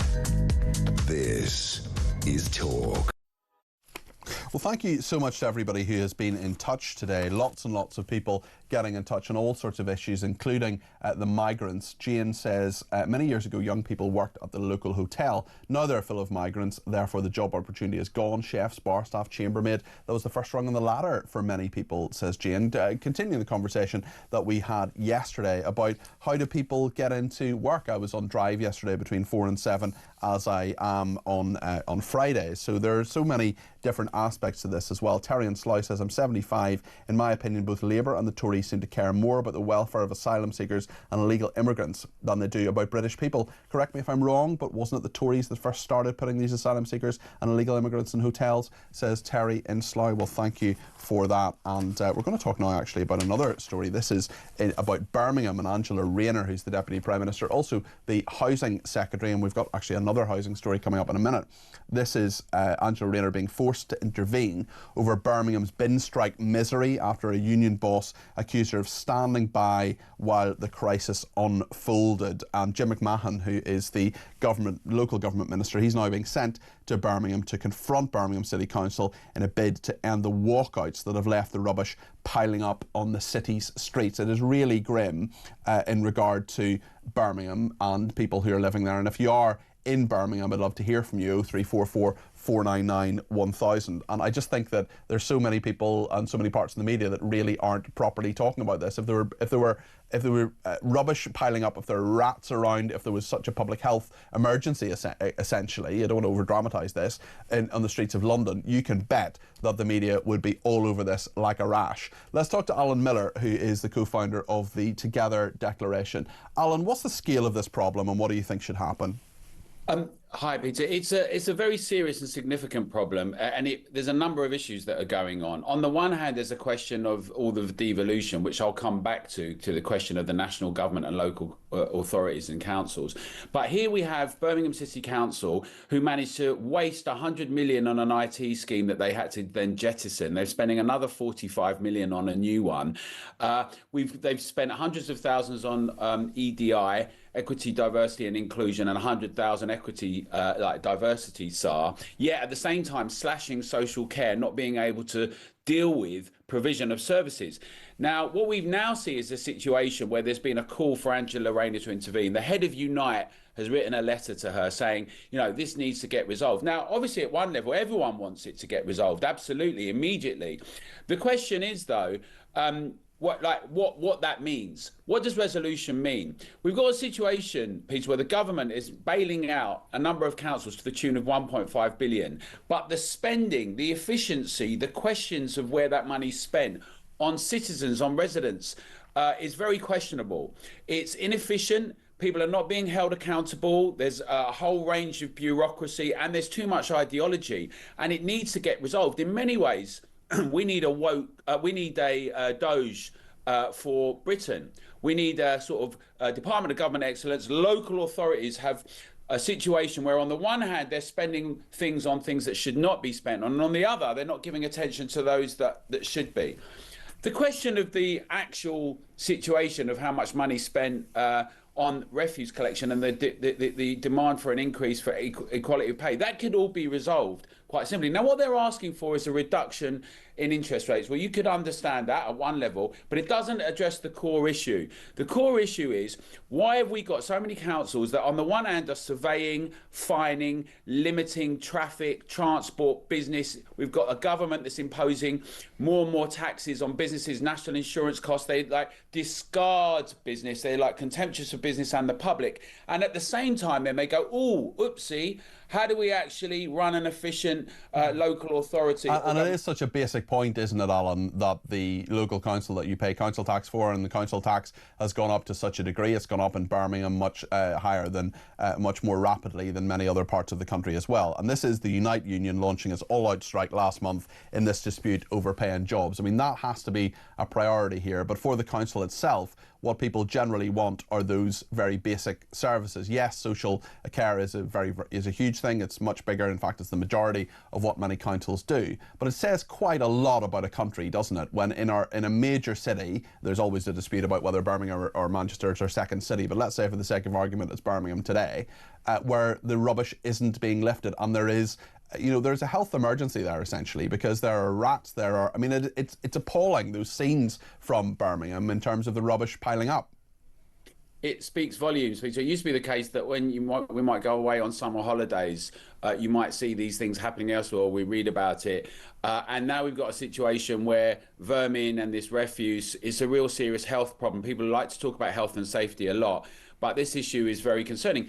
21% increase in council tax over 2 years, 10% this year coming in April for Birmingham, 10% another. It's absolutely extraordinary, the levels that it's going up to, and still the inability to execute services properly. I mean, obviously, we got 1st of May, the elections are coming up, and we're going to see there's obviously a groundswell of people that are very unhappy about what's been going on in Britain, in local authorities, ideology, some of the hotels full of people from elsewhere and not having provision and services for people that are locally, businesses, residents, and then also being called all sorts of names or being censored or shut down when you raise these issues. I think we're going to see a lot of people register their disdain for that, and we'll probably see a lot of new people voted in the local council authority elections. But the question is one that's significant, and it's also part of the devolution question, because more and more local authorities have implemented all sorts of measures. We've seen it with low traffic neighbourhoods, what they've got, the clean air zone in the Midlands, which, as it happened, 50,000 people rejected and won appeals against paying. But more and more surveillance, limits, restrictions, and at the same time, an inability to do basic activities. And that is really what people are asking for. They're simply asking for the rubbish to be lifted. Alan, thank you. That's Alan Miller there, who's co-founder of the Together Declaration. Mark is in Birmingham. He's given me a ring on 0344 499 1000. Matt, I understand that you're in Birmingham, obviously, and you know about this. Is the rubbish piling up outside your home? The rubbish isn't piling up outside my home, Peter. I'm sort of I'm on the edges of Birmingham, but you've seen it, presumably. Oh, mate, driving through, you've got pavements that are blocked because of the amount of rubbish that's being dumped there. My background, I'm in pest control. I've worked throughout the Birmingham area for the last sort of 20 years, and the rats are through the roof, absolutely through the roof. So you're a rat catcher. You're in pest control. I certainly am, mate. And, yes. and is it really bad? Oh, mate, it's something. I mean, basically what it is rats need a food source and they need a water source. They need 60 millilitres of water a day, so they're normally living near a pond or a water course, and they need food. When you put bait down, if they've got an alternative food source, they won't eat the bait. They'll have the food instead. So obviously they go into the food in the bags. I did an infestation a few years ago on a waste site in Birmingham. There were so many rats on this site, it was moving. And the noise of the rats crawling through the rubbish was like if you were sat in a car and you had light rain falling on your roof. That's the noise grim. of the That rats. is grim. Mark, I mean, that's not just in a rubbish site now, that is on the streets of Birmingham. How are people reacting to this? And we're going to talk to Lee in a second, but who's in Birmingham. But how are people reacting to this? I mean, clearly this must just be what people are talking about all the time in Birmingham. Okay, well, the priority, obviously, we're talking at disease. We're talking rat-spread virus disease, leptospirosis. So the key thing is for the people living around the rubbish-infested areas, they need to seal up their homes. So seal the gaps under their doors, seal holes they've got on their kitchen wall, to stop the rats entering their home. That's the most important thing. You're not going to be out of a job anytime soon, Mark. You're going to be a busy bee. Certainly not, mate. I'm always busy, and you're on about people being unemployed. I suggest that they ring their local pest control companies and ask if they've got any vacancies. That's a very good idea, Mark, especially if you're in the Birmingham area. Thank you for those thoughts, no problem. Mark. Much appreciated. Mark in Birmingham. Lee is also in Birmingham. Lee, what's it like where you are? It's good morning, Peter. Good morning. Hi. It's not very good here. Since Christmas, I've had my refuge bin emptied once, and my recycling bin has not been touched. Since Christmas, flipping heck. Yeah. So what are you doing? How are you getting rid of the waste, or is it just piling up? Well, my refuge, my day-to-day refuge, I'm saving it towards the end of the week, and then once the bag is full, I'm taking it into the back garden, into one of the metal bins. I'm having to burn it now because I have no way of getting to the tip because I'm a disabled veteran. Okay, so you're someone who's dealing with that as well. And first of all, thank you for serving our country and being in the armed services. Lee, what do you think this says about where we are as a country and where Birmingham is as a city, where you have this debate, this strike that's going on for such a long time, the all-out strike in a dispute over pay and jobs continuing, and the government and the council just can't sort it out? It's an absolute disgrace. They went on strike in 2017 for the same thing. Yeah. And they was on strike for nearly a year then. I'm sure everybody's talking about it in Birmingham. What are people saying, and have you seen any rats?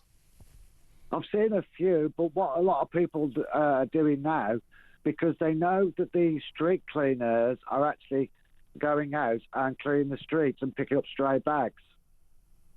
So about 100 yards away from my house, you've got a row of shops. There's a post office which is frequently used by the pensioners.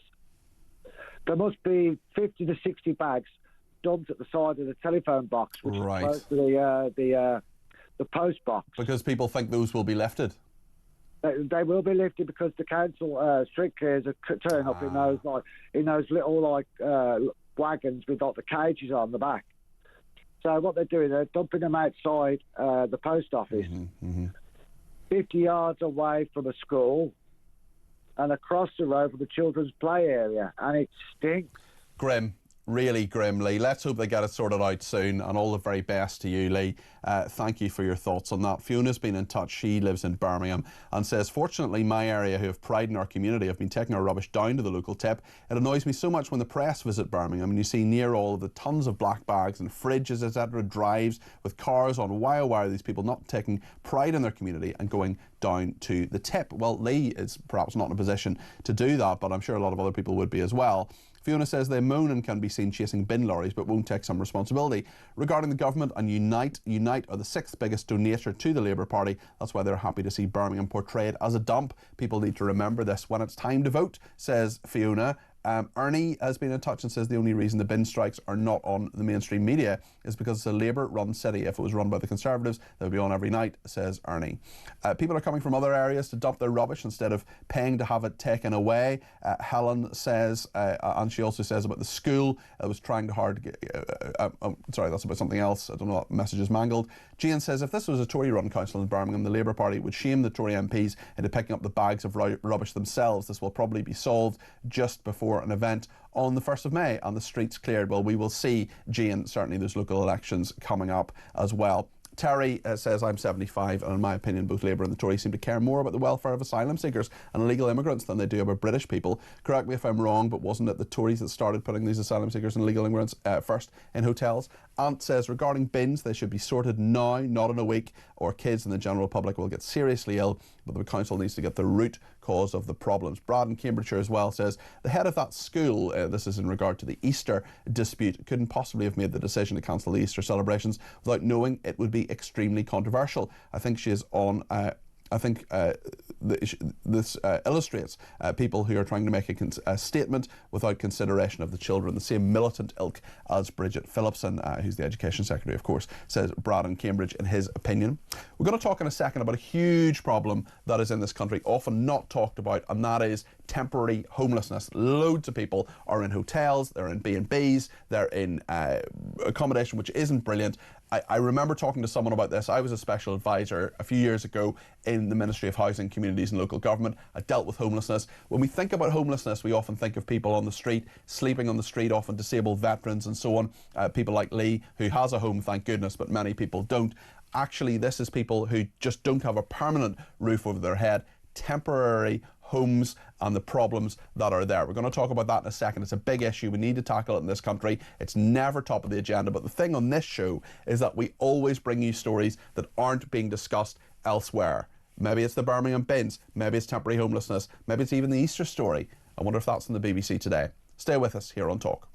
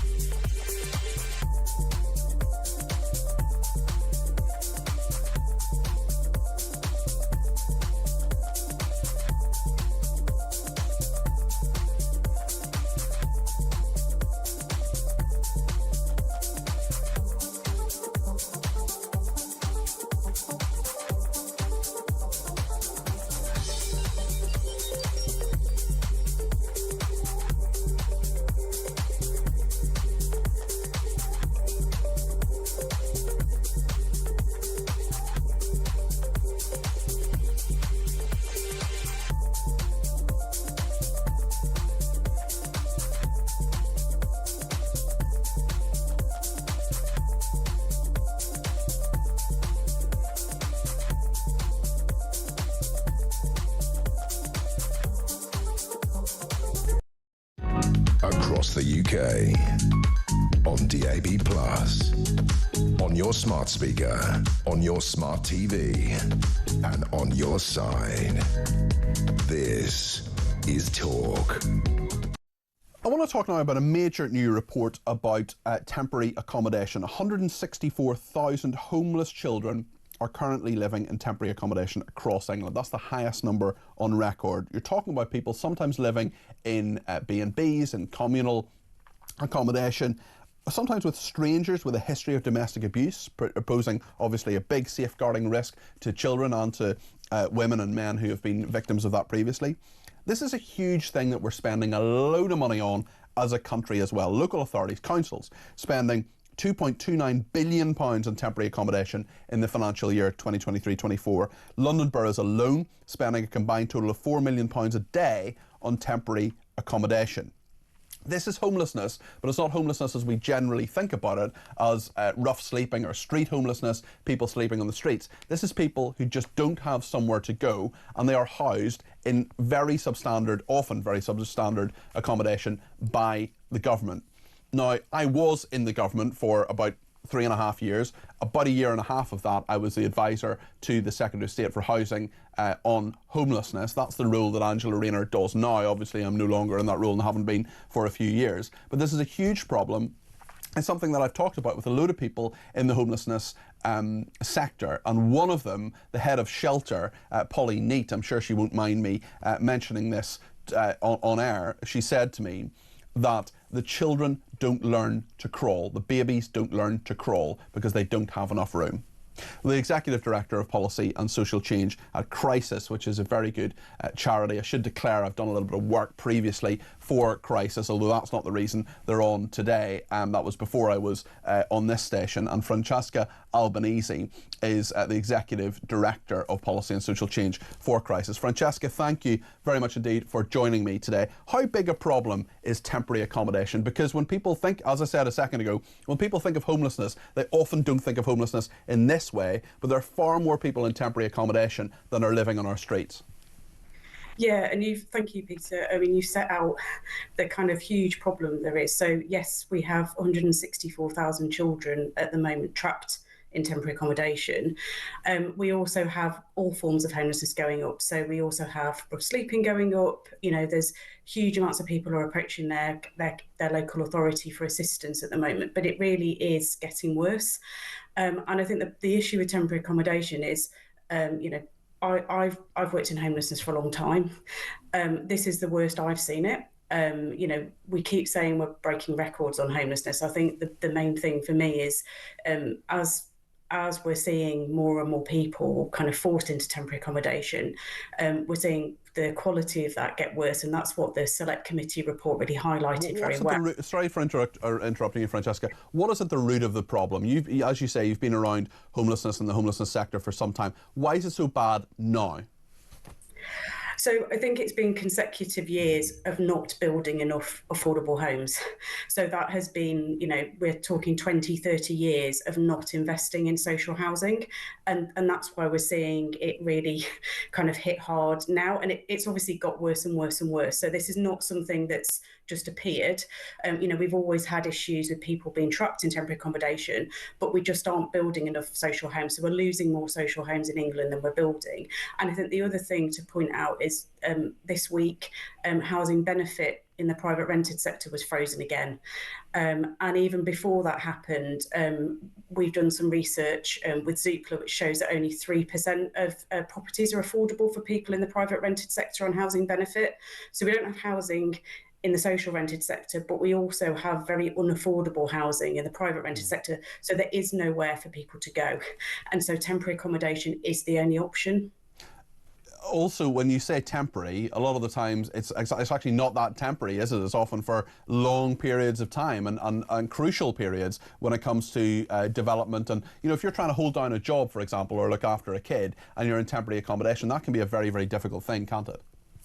Yeah, and as you say, like people are trapped in temporary accommodation, particularly in London, for long periods of time, so 5 years or more.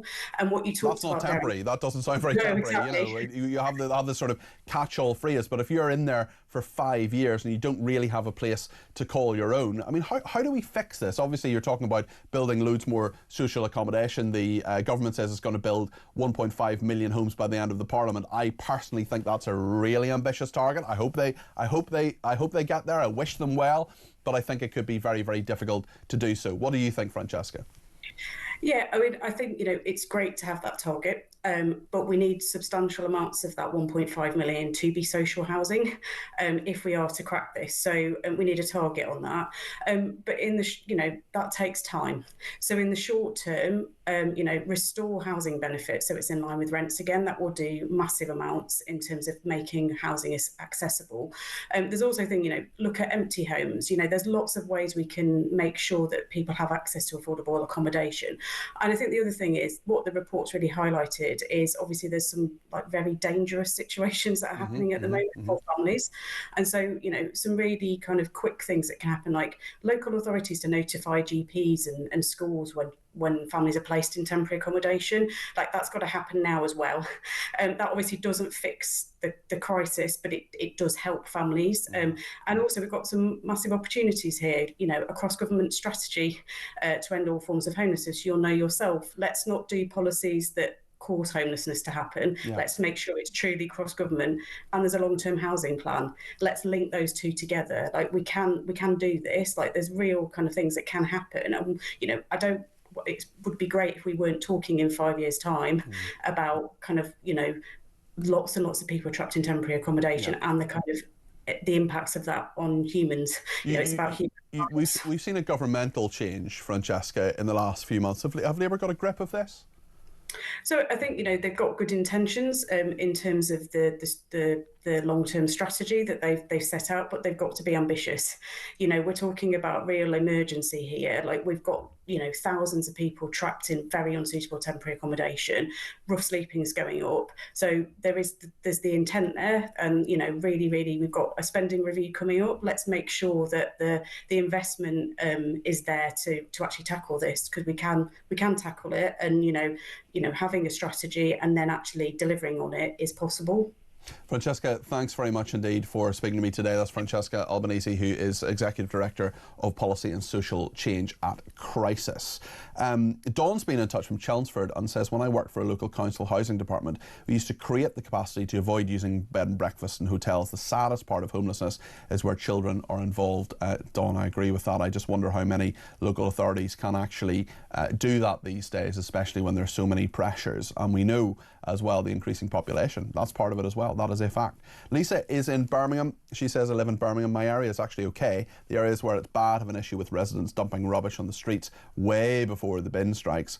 Rob in Brighton says, Birmingham is just one city with a rubbish problem. I subscribe to Billy Moore on YouTube, who has filmed in other towns and cities. It's the same everywhere as it is in Birmingham. I'm ashamed of being British. Great show, says Rob in Brighton. Adam says, I live in Birmingham. And the bin situation is absolutely shocking. Ripped open bin bags, litter blowing down the roads. My uncle's brother's dog died from eating something from a rubbish bag that had rat poison on it. People are putting rat poison down to stop the bin bags getting ripped open. This must end soon. I'm very sorry to hear about that dog. That's horrible. We'll take plenty of calls and texts, tweets, voice messages and smoke signals, telepathic messages, however you want to communicate with us. Let us know your thoughts on all of these different issues. 0344 499 1000. Stay with us.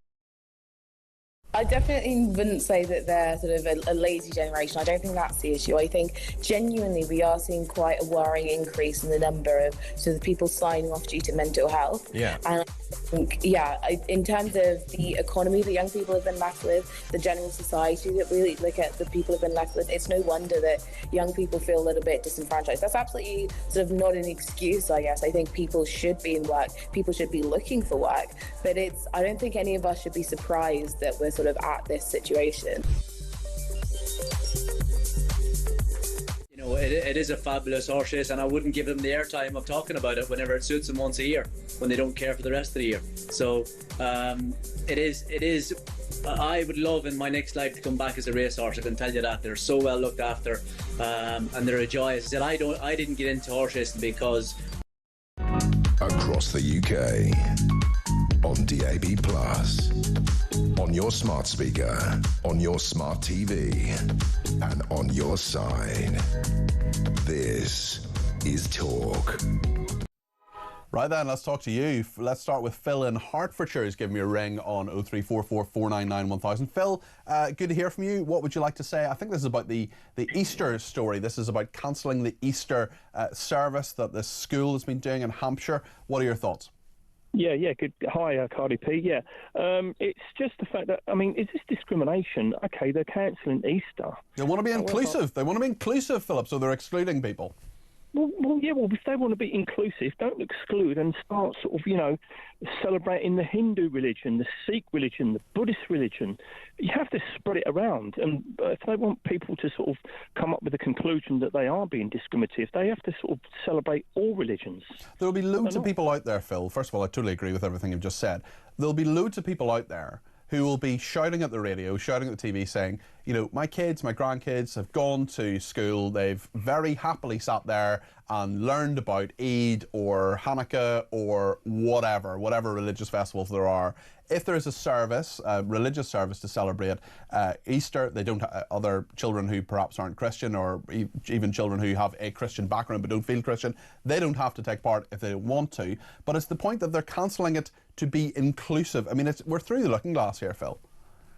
I think we are through the looking glass, aren't we? And it definitely seems like a push for an ideology.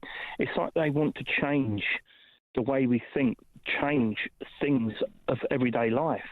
I think that's worrying as well, because Easter is, there are quite a lot of people who are Christians who are close to me in my sort of family and network and so on, and Easter is to them actually often more of a festival than Christmas is, because it is about the resurrection of Christ. That's the whole point of Christianity, and the fact that they want to celebrate it in a sort of more muted way than Christmas. Obviously, yeah, you get Easter eggs and there's a bit of celebration and so on, but really it is a very clear and pure Christian festival. Yet, I mean, why that's not part of a children's education, I don't really know.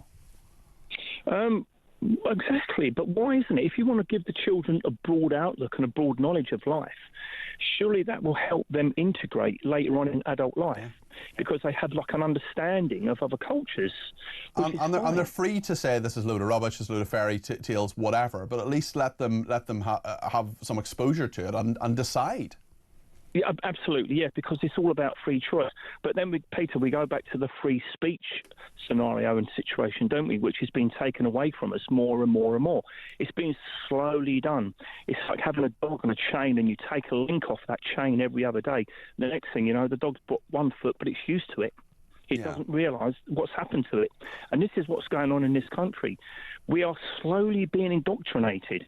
But people don't realise it's being done very slowly, very covertly. And before you know it, we'll think it's the norm. Phil, really interesting thoughts there. That's Phil in Hertfordshire. Thank you for that. Let's hear a voice note from David, who has some thoughts on this. Good morning, Peter. Dave here. On this respect, diverse beliefs. Surely respect all beliefs. Is that not what King Charles is saying? He respects all faiths. He wants to be king of all faiths. Where's he speaking out? Where's the government speaking out? Where's the Church of England speaking out? Have they been that indoctrinated? Good show, mate. Thanks, Dave. Interesting thoughts there. Let's hear from Matthew. Hi, Peter. Great show. I'd just like to say, with this school cancelling Easter, it's another cut. It's death by 1,000 cuts for Christianity. And if Christianity disappears from the UK, from England, then England disappears. There'll only be one major religion left in the country, and that'll be Islam, and will therefore be an Islamic country. Okay, great show. Keep up the good work. Ta-da. Matthew, thanks for your thoughts. Let's go to another caller now. This is on the asylum seekers who are in hotels. Saeed is with us from London. You're very welcome to the programme. What would you like to say? Yeah, look, I think that we are spending a huge amount of money on hotels housing asylum seekers, but that is because we legally prevent them from working and supporting themselves. So if you're not allowing people to work, then obviously you will have to pay for their upkeep. Otherwise, what are they supposed to do? Well, they shouldn't be here in the first place, Saeed. No, well, that's not for you to judge. Well, it is. They're illegal. They're illegal immigrants. The clue's in the name. They're not. No. Yes, they are. Yes, they are. Yes, they are. Law. Yes, they are. For years, we have seen that nearly 2/3 of them are granted asylum. They arrive here illegally. They're illegal immigrants. That is a fact. This is not for you to decide. It is. It is. The clue's in the title. They are illegal immigrants. No, it's not. No, that's why your title is wrong. No. The title isn't wrong. They arrive here illegally. They're illegal immigrants. No, it's not. It is not illegal to ask for asylum. That is a part of. Yeah, but how they arrive here on small boats is illegal. Yeah, therefore, they're illegal immigrants. They can only arrive in small boats because. No, they can't. That's wrong. There are 9 safe and legal routes, Saeed. Oh, and what is the throughput of those 9 safe legal routes? Is it even meaningful for that legal route? Plenty of Ukrainians came here legally and got asylum. Exactly. Plenty of people from Hong Kong came here and had asylum. So there is a throughput. No, exactly, and that is what we should have. So, as an Ukrainian, you could just fly in without a British visa. Well, it's very clear that they needed asylum because there's a war on in their country. Yes, exactly, and there is war going on in Afghanistan, and Iraq, and Syria, and Libya. Why can't those people stay in France, which is a safe country? Why can't the Ukrainians stay in Poland, which was a safe country? Why did they come here? Because we offered them asylum. Yes, so why don't we offer the Afghans and Iraqis asylum? Is it because they're different skin color? No, it's not. You haven't answered my question. Why can't they stay in France, which is a safe country, Saeed? Because they are not obligated to stay in France. They can speak. So it should be their choice. Okay. So you think it should be their choice. So if it's my choice, same as Ukrainians. Okay. So if it's my choice to go and live in Australia, should the Australian government say you can't go and live there? No, it's not your choice. It's they have the right to claim asylum whichever country they want to claim it in. My issue with you, Peter, is that you have no answer to why do we discriminate between white refugees from Ukraine and brown refugees from Afghanistan. Why don't you explain that to us? What is it with Afghans that makes you so jittery? Jittery. I'm not jittery about anybody coming to this country if they do so legally. What I am jittery about is people we know nothing about coming across, of all races, of any race, coming across in small boats when they're in France, which is a safe country. And you haven't answered my question, Saeed, which is why can't they live in France, which is a safe country? Because they have family ties. I have family ties in Australia. Okay, I have family ties in Australia. I have some relatives. You're not escaping a war zone. You don't have the Taliban running after you. But your point. I don't want any.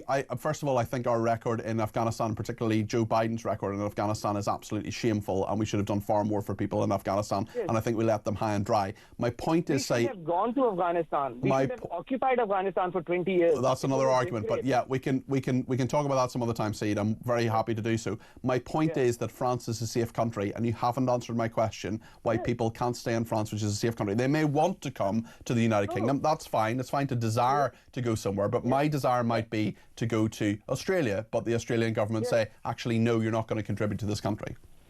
Right. No, I've explained to you that people have the right to claim asylum in the country of their choice.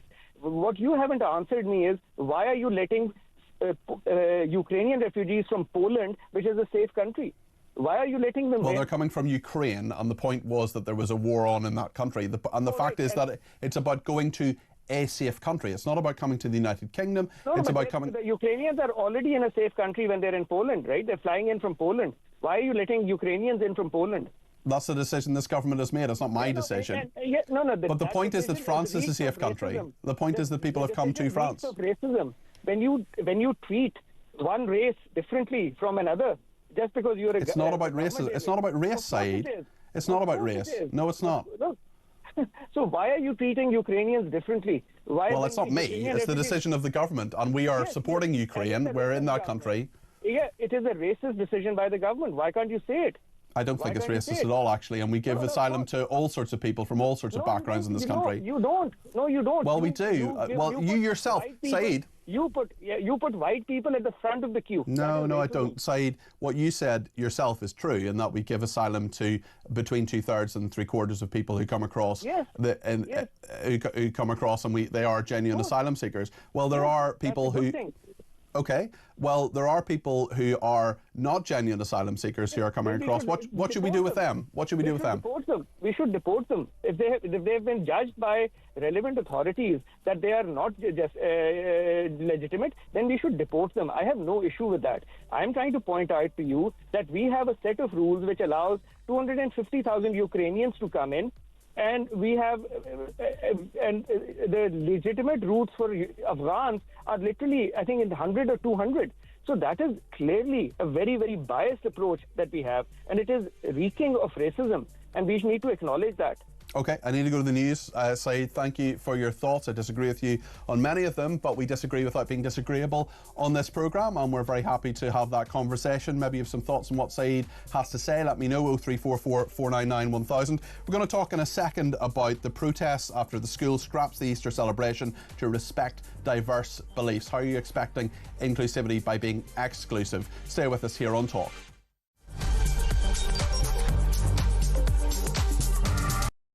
How much, ladies and gentlemen, are fish and chips where you come from? We'll go to Jason in Crewe. Jason from Crewe, fish, chips and peas, £7.50. It's the best chippy in England. Janice in Leeds, go. Regarding fish and chips in Leeds, it's between £9.50 and £12.75. Whitby, how much is fish and chips? 3 of us, fish, chips, peas, I think one of us curry sauce, 3 cans of pop, just short of 70 quid. £70? That's 23 quid a head, man. Even my maths does that. Very quickly, a voice note. Campbell in Scotland, go. Up here in Banff in the northeast of Scotland, we can get a fillet and a half of haddock with a regular chips for £8 and 10 pence, and it's by far and away one of the best chippies I've ever had. Kenneth in Surrey, fish and chips, go. Fish and chips in Ascot, about half a mile from where you used to live, will cost you £12.60. Great show. Keep up the good work. That's why I moved, because you were living there. When was the last time you had fish and chips? Couple of weeks ago. How much? Where'd you get it from? I think it was about 40 quid. It was in the Ivy. Honestly, you really are. For any of you who think he's a man of the people, I nearly said you're a...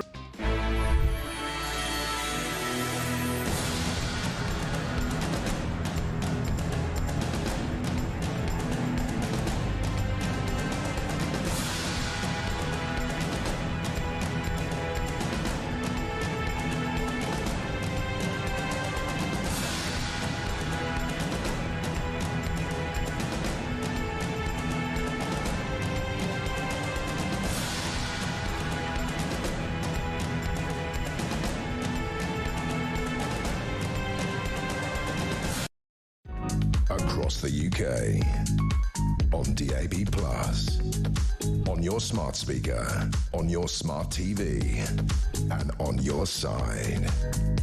This is Talk.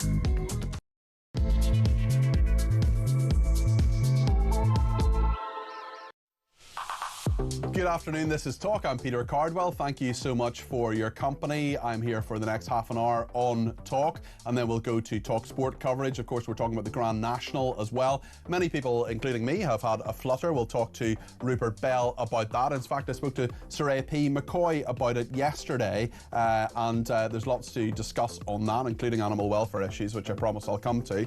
We're going to talk in a second about a protest after a school scrapping Easter celebrations to respect diverse beliefs? How are they being diverse by being exclusive is my question. Philip Kistley is with us from the New Culture Forum. We'll also talk to Rupert Bell about matters royal and racing. Lots to discuss, and I want your thoughts as well. Let me know your thoughts. 0344 499 1000 is the number to call. You can text me 87222 with the word talk in your text. You can tweet me at talkTV, follow me at Peter Cardwell, or you can send me a voice note, you can send me a WhatsApp text message, or give me a ring on 0344 499 1000. Plenty to talk about in the next half an hour here on Talk.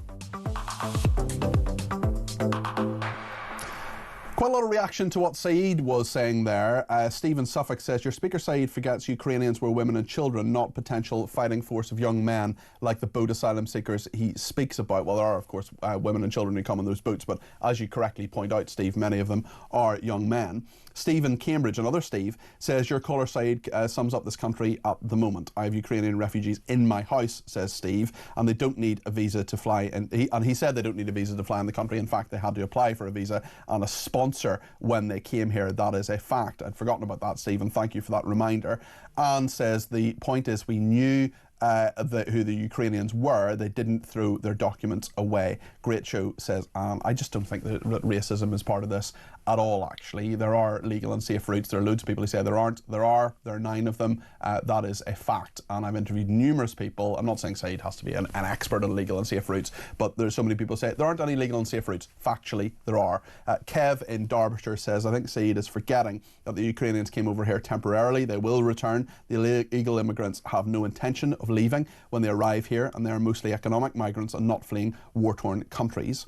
Kenny from Edinburgh says, hi Cardi P, that caller Saeed was defeating his own argument when he said illegal immigrants were coming from war zones, and which we know most aren't, and then said Ukrainians from a war zone were getting special treatment ahead of Iranians who are not from a war zone, as is correctly pointed out there. Right then, I want to talk about this Easter story, which a lot of people have got in touch with us about today. This is a school which has cancelled Easter celebrations because it wants to be diverse and inclusive. They're being inclusive by excluding the largest religion in this country, which is Christianity. Philip Kistley is a senior fellow at the New Culture Forum and joins me now. Philip, what do you make of this? Well, first of all, hi Peter, it's great to see you Great again. to see you too, Philip. Yeah, it's as you say. This head teacher, she's called Miss Manda. I think mismanagement is probably a word for her, because she's got herself in real hot water here, hasn't she? She's trying to be inclusive by excluding the majority, and this is the practice of the inclusivity lobby, isn't it? This is what always happens, because it isn't really about inclusivity, it's about excluding Britain and British values and the Western world. This is a Christian lobby group, so she set herself up for this kind of protest. She deserves everything she gets. I think UKIP are involved in this as well. But well, she would say, just to give her say, she said, by not holding specific religious celebrations, we aim to create a more inclusive atmosphere that honours and respects the belief of all our children and their families. She said she understood the change may be disappointing for some, especially those who have cherished these traditions over the years. However, we believe that this decision aligns with our values of inclusivity and respect for diversity. Yes, it aligns with our values. And whenever you hear that, then you think, oh, right, okay, so the values are really dodgy here. That's what I always think. But I think what she's doing there is, it's not about championing other religions. It's not about being fair about religion. It is literally about excluding Christianity. And she's very keen to champion other things. So she is actually championing here Refugee Awareness Week. That is a big thing in this school. So it's almost as if, you know, one religion is being pushed away and another religion, the religion of inclusivity here, all of this language is the language of cult, is taking its place. Now, what I'm concerned about here is this kind of cultural self-annihilation, I think, which is going on, which is taking British culture out of the centre and completely marginalising it or rubbishing it. Now, if you do that to a culture, if you take away its heritage, if you take away its history, if you take away its identity, you make it fundamentally unstable. Okay, that's what you do. And I think that's what this lobby is trying to do. Now, if you're doing that to children, if you are stopping them from celebrating their history, their heritage, where they're from, Christianity is central.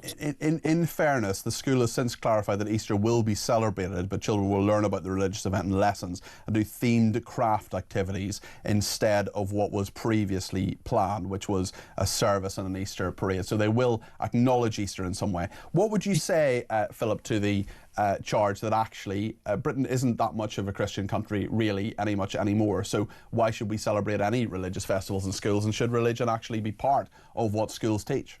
Yeah, I'll come back to that in a second, Peter. Let me just finish that other point about celebrating religion. I think they are taking the joy out of this, because the public nature of a celebration, the community aspect of celebration, is being removed. And if it is in a lesson, I'd be really interested to know what the lesson is like. I'm not sure it will all be celebratory. I'm sure it will be very critical in a way that they are probably not critical of other religions. In terms of the in terms of Britain not being so much a Christian country, yeah, sure, that's certainly the case. But there are still, we have a Church of England. We are very tolerant of other religions. There are plenty of Christians and very committed Christians in this country, and we live by a sense of cultural Christianity. I think that's certainly the broader ethos of what this country is about. And there is, it's not surprising that Christianity is on the wane for various reasons, not least because it's attacked and knocked and put aside by so many people in formal education. Philip, thanks for your thoughts on that. I really appreciate that. That's Philip Kisley there, who's Senior Fellow at the New Culture Forum. Ricky's in London and has given me a ring on 0344 499 1000. Ricky, what would you like to say on this?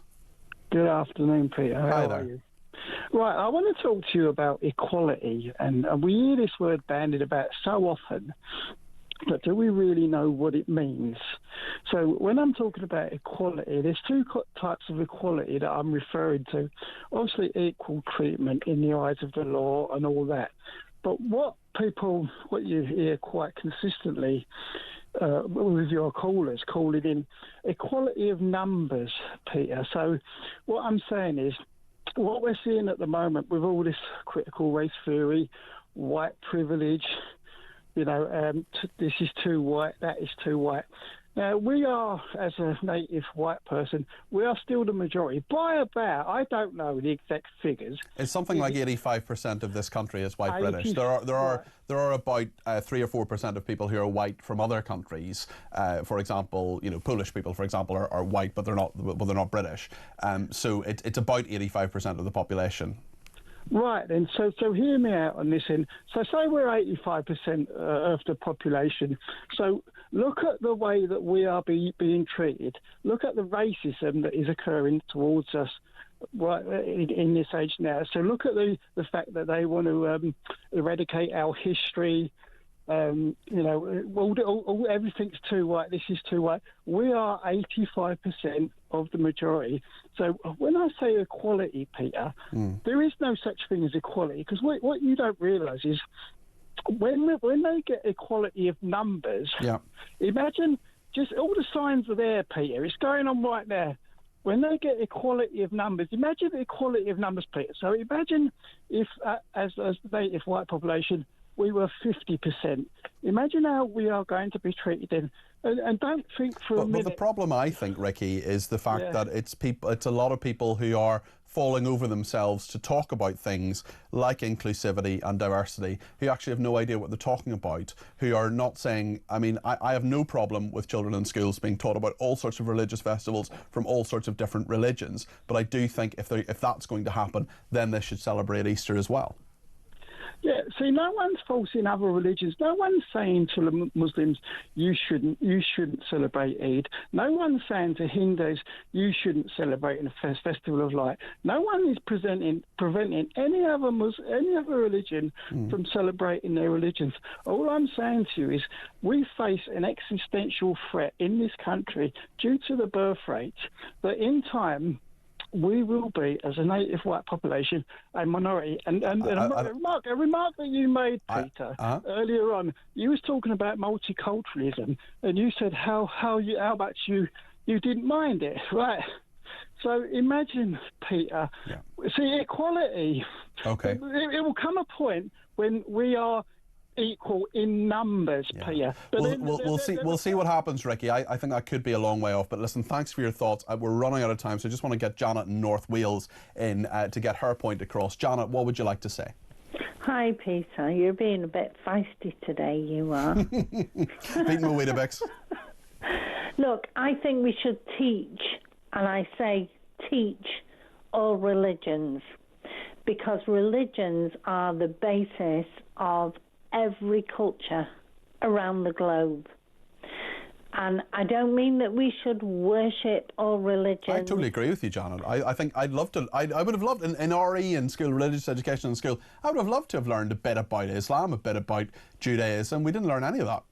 Absolutely, absolutely. And you know, we're tribal by nature. So all these religions have shaped cultures around the world, and there's a bit of fear in all of that. That isn't to say there are not problems with certain cultures, and that's another point. I think it's culture that causes problems, not particularly the religion. Will you be celebrating Easter, Janet? Absolutely. I've got bags upstairs for my grandchildren, but I'm not particularly religious.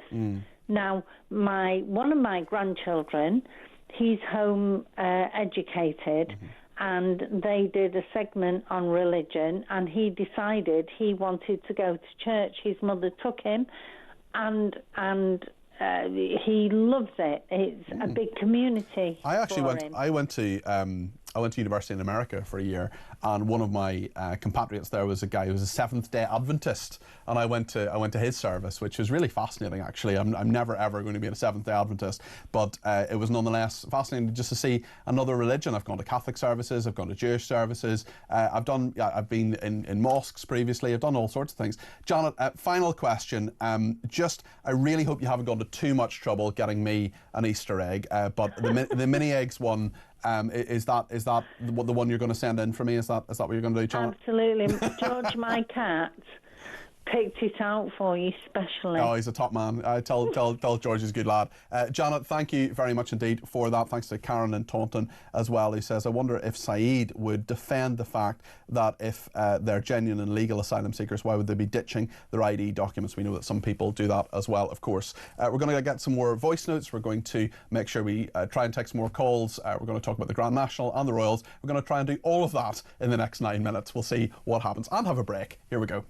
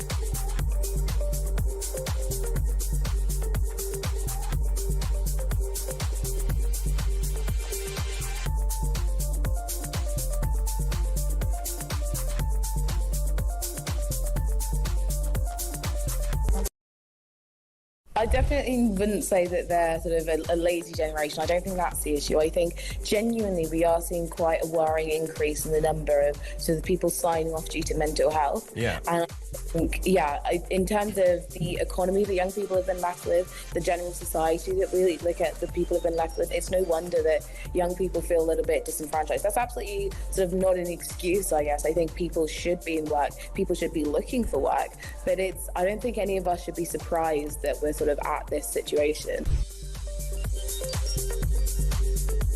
You know, it is a fabulous horse race, and I wouldn't give them the airtime of talking about it whenever it suits them once a year, when they don't care for the rest of the year. So it is. I would love in my next life to come back as a racehorse. I can tell you that they're so well looked after, and they're a joy. As I said, I didn't get into horse racing because I wanted the idea of coming to Aintree or Cheltenham and big stages. I get into horse racing because I loved horses. I loved looking after them as a kid. I loved being with them. So, I'll continue to do that. Across the UK, on DAB+, on your smart speaker, on your smart TV, and on your side. This is Talk. Rupert Bell is both our racing and indeed royal correspondent. In the second part of your title, Rupert, perhaps I can ask you about this story in regard to Prince Andrew and the King being dragged into the Prince Andrew Chinese spy scandal. Just a brief answer on that one, if you would. Yes, it appears that various people are saying that there was a meeting but included Andrew and the King, and that there was secretly sort of put into Windsor Castle under sort of the cover of darkness so that no one spotted them. Although it appears, this is what is coming out in the investigations with this Chinese spy who's been banned from the country, then you end up with the fact that the royal people are saying the events seem to be a little different. They don't actually remember it as this supposed to have gone ahead. So it's a bit murky. But again, it's Andrew again creating the wrong sort of headlines for the royal family, and indeed dragging the King into this as well. Yeah. So it's not without its complications and navigations for the royal family to make sure that they are. Well, certainly the King in this case is above board. Certainly, Rupert, are you at Aintree at the moment? Indeed, I am. I'm in the press room. What is your prediction for what happens later, do you think? Well, I like the look of Can Do Kid. Obviously, I will be going up to my commentary position for TalkSport, but it's actually a lovely sunny day here, but there's a biting wind, and I don't want to be there for about 4 hours. I'll turn into an ice block, I think. But yes, indeed. But what it is, it's a lovely day here. The ground is quick, so look for horses that have a good ground. I know some people go for the name. People might be Manchester United supporters, so that's why they might go for Hitman, because Sir Alex Ferguson is one of the co-owners. I Am Maximus is trying to do what Red Rum was the last horse to do in 1974. You won't remember that, but I do. So that was in 1974, carrying top weight to win, trying to win back-to-back. It's a hugely difficult thing to do, let alone winning it once, but to win it twice is a rare feat. The great Tiger Roll did it recently, but it's a very open-looking renewal. A lot of people, of course, bet once a year. They'll bet on the Grand National. I've done that with Dufflecoat. What about people who have concerns about animal welfare, about horses that die in the Grand National? What would you say to them, Rupert, as someone who is a big fan of racing? There's all sport, every sport, life has risk. There is an element of risk. What they've done at Aintree, though, is gone to great efforts to try and minimise the risk. The fences have changed. The nature of the race has changed, moving the start forward. The fences are built very differently.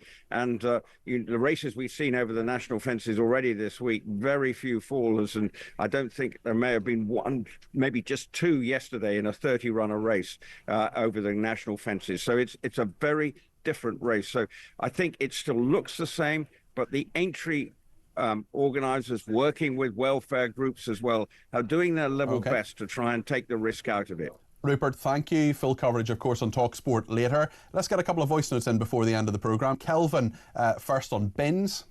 Good morning, Peter. Thank you. The reason things don't get done in Birmingham or Manchester or anywhere else in the country, and it's always down in London, it's the fact that politicians only see London as being England, and that's the only place that matters, England. But like I said, they think it's just London, so nothing will ever get done, nothing will change. Just get rid of these out of the bloody government, that's what we need to do. Anyway, goodbye. Thanks, Calvin. Fee in Berkshire on Saeed's call.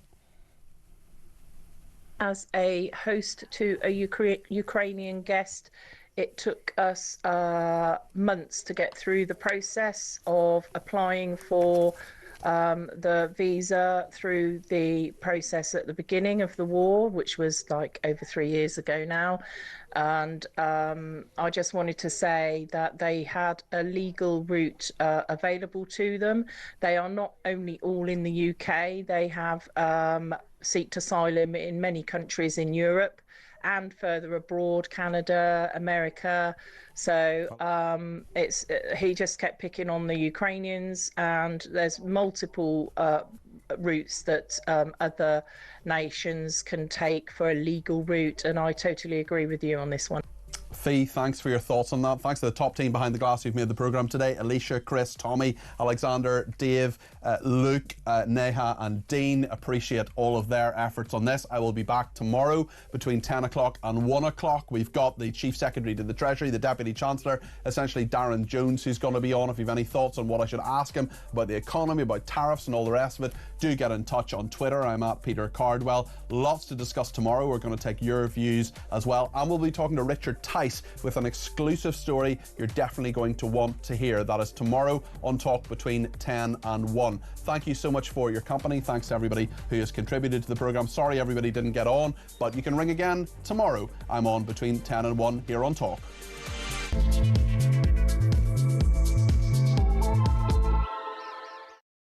How much, ladies and gentlemen, are fish and chips where you come from? We'll go to Jason in Crewe.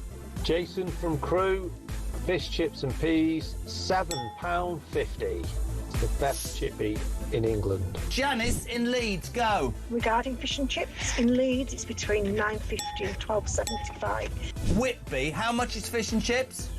3 of us, fish, chips, peas, I think one of us curry sauce, 3 cans of pop, just short of 70 quid. £70? That's 23 quid a head, man. Even my maths does that. Very quickly, a voice note. Campbell in Scotland, go.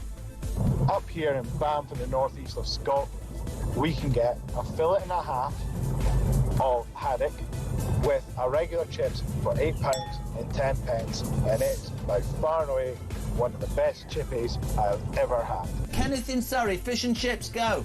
Fish and chips in Ascot, about half a mile from where you used to live, will cost you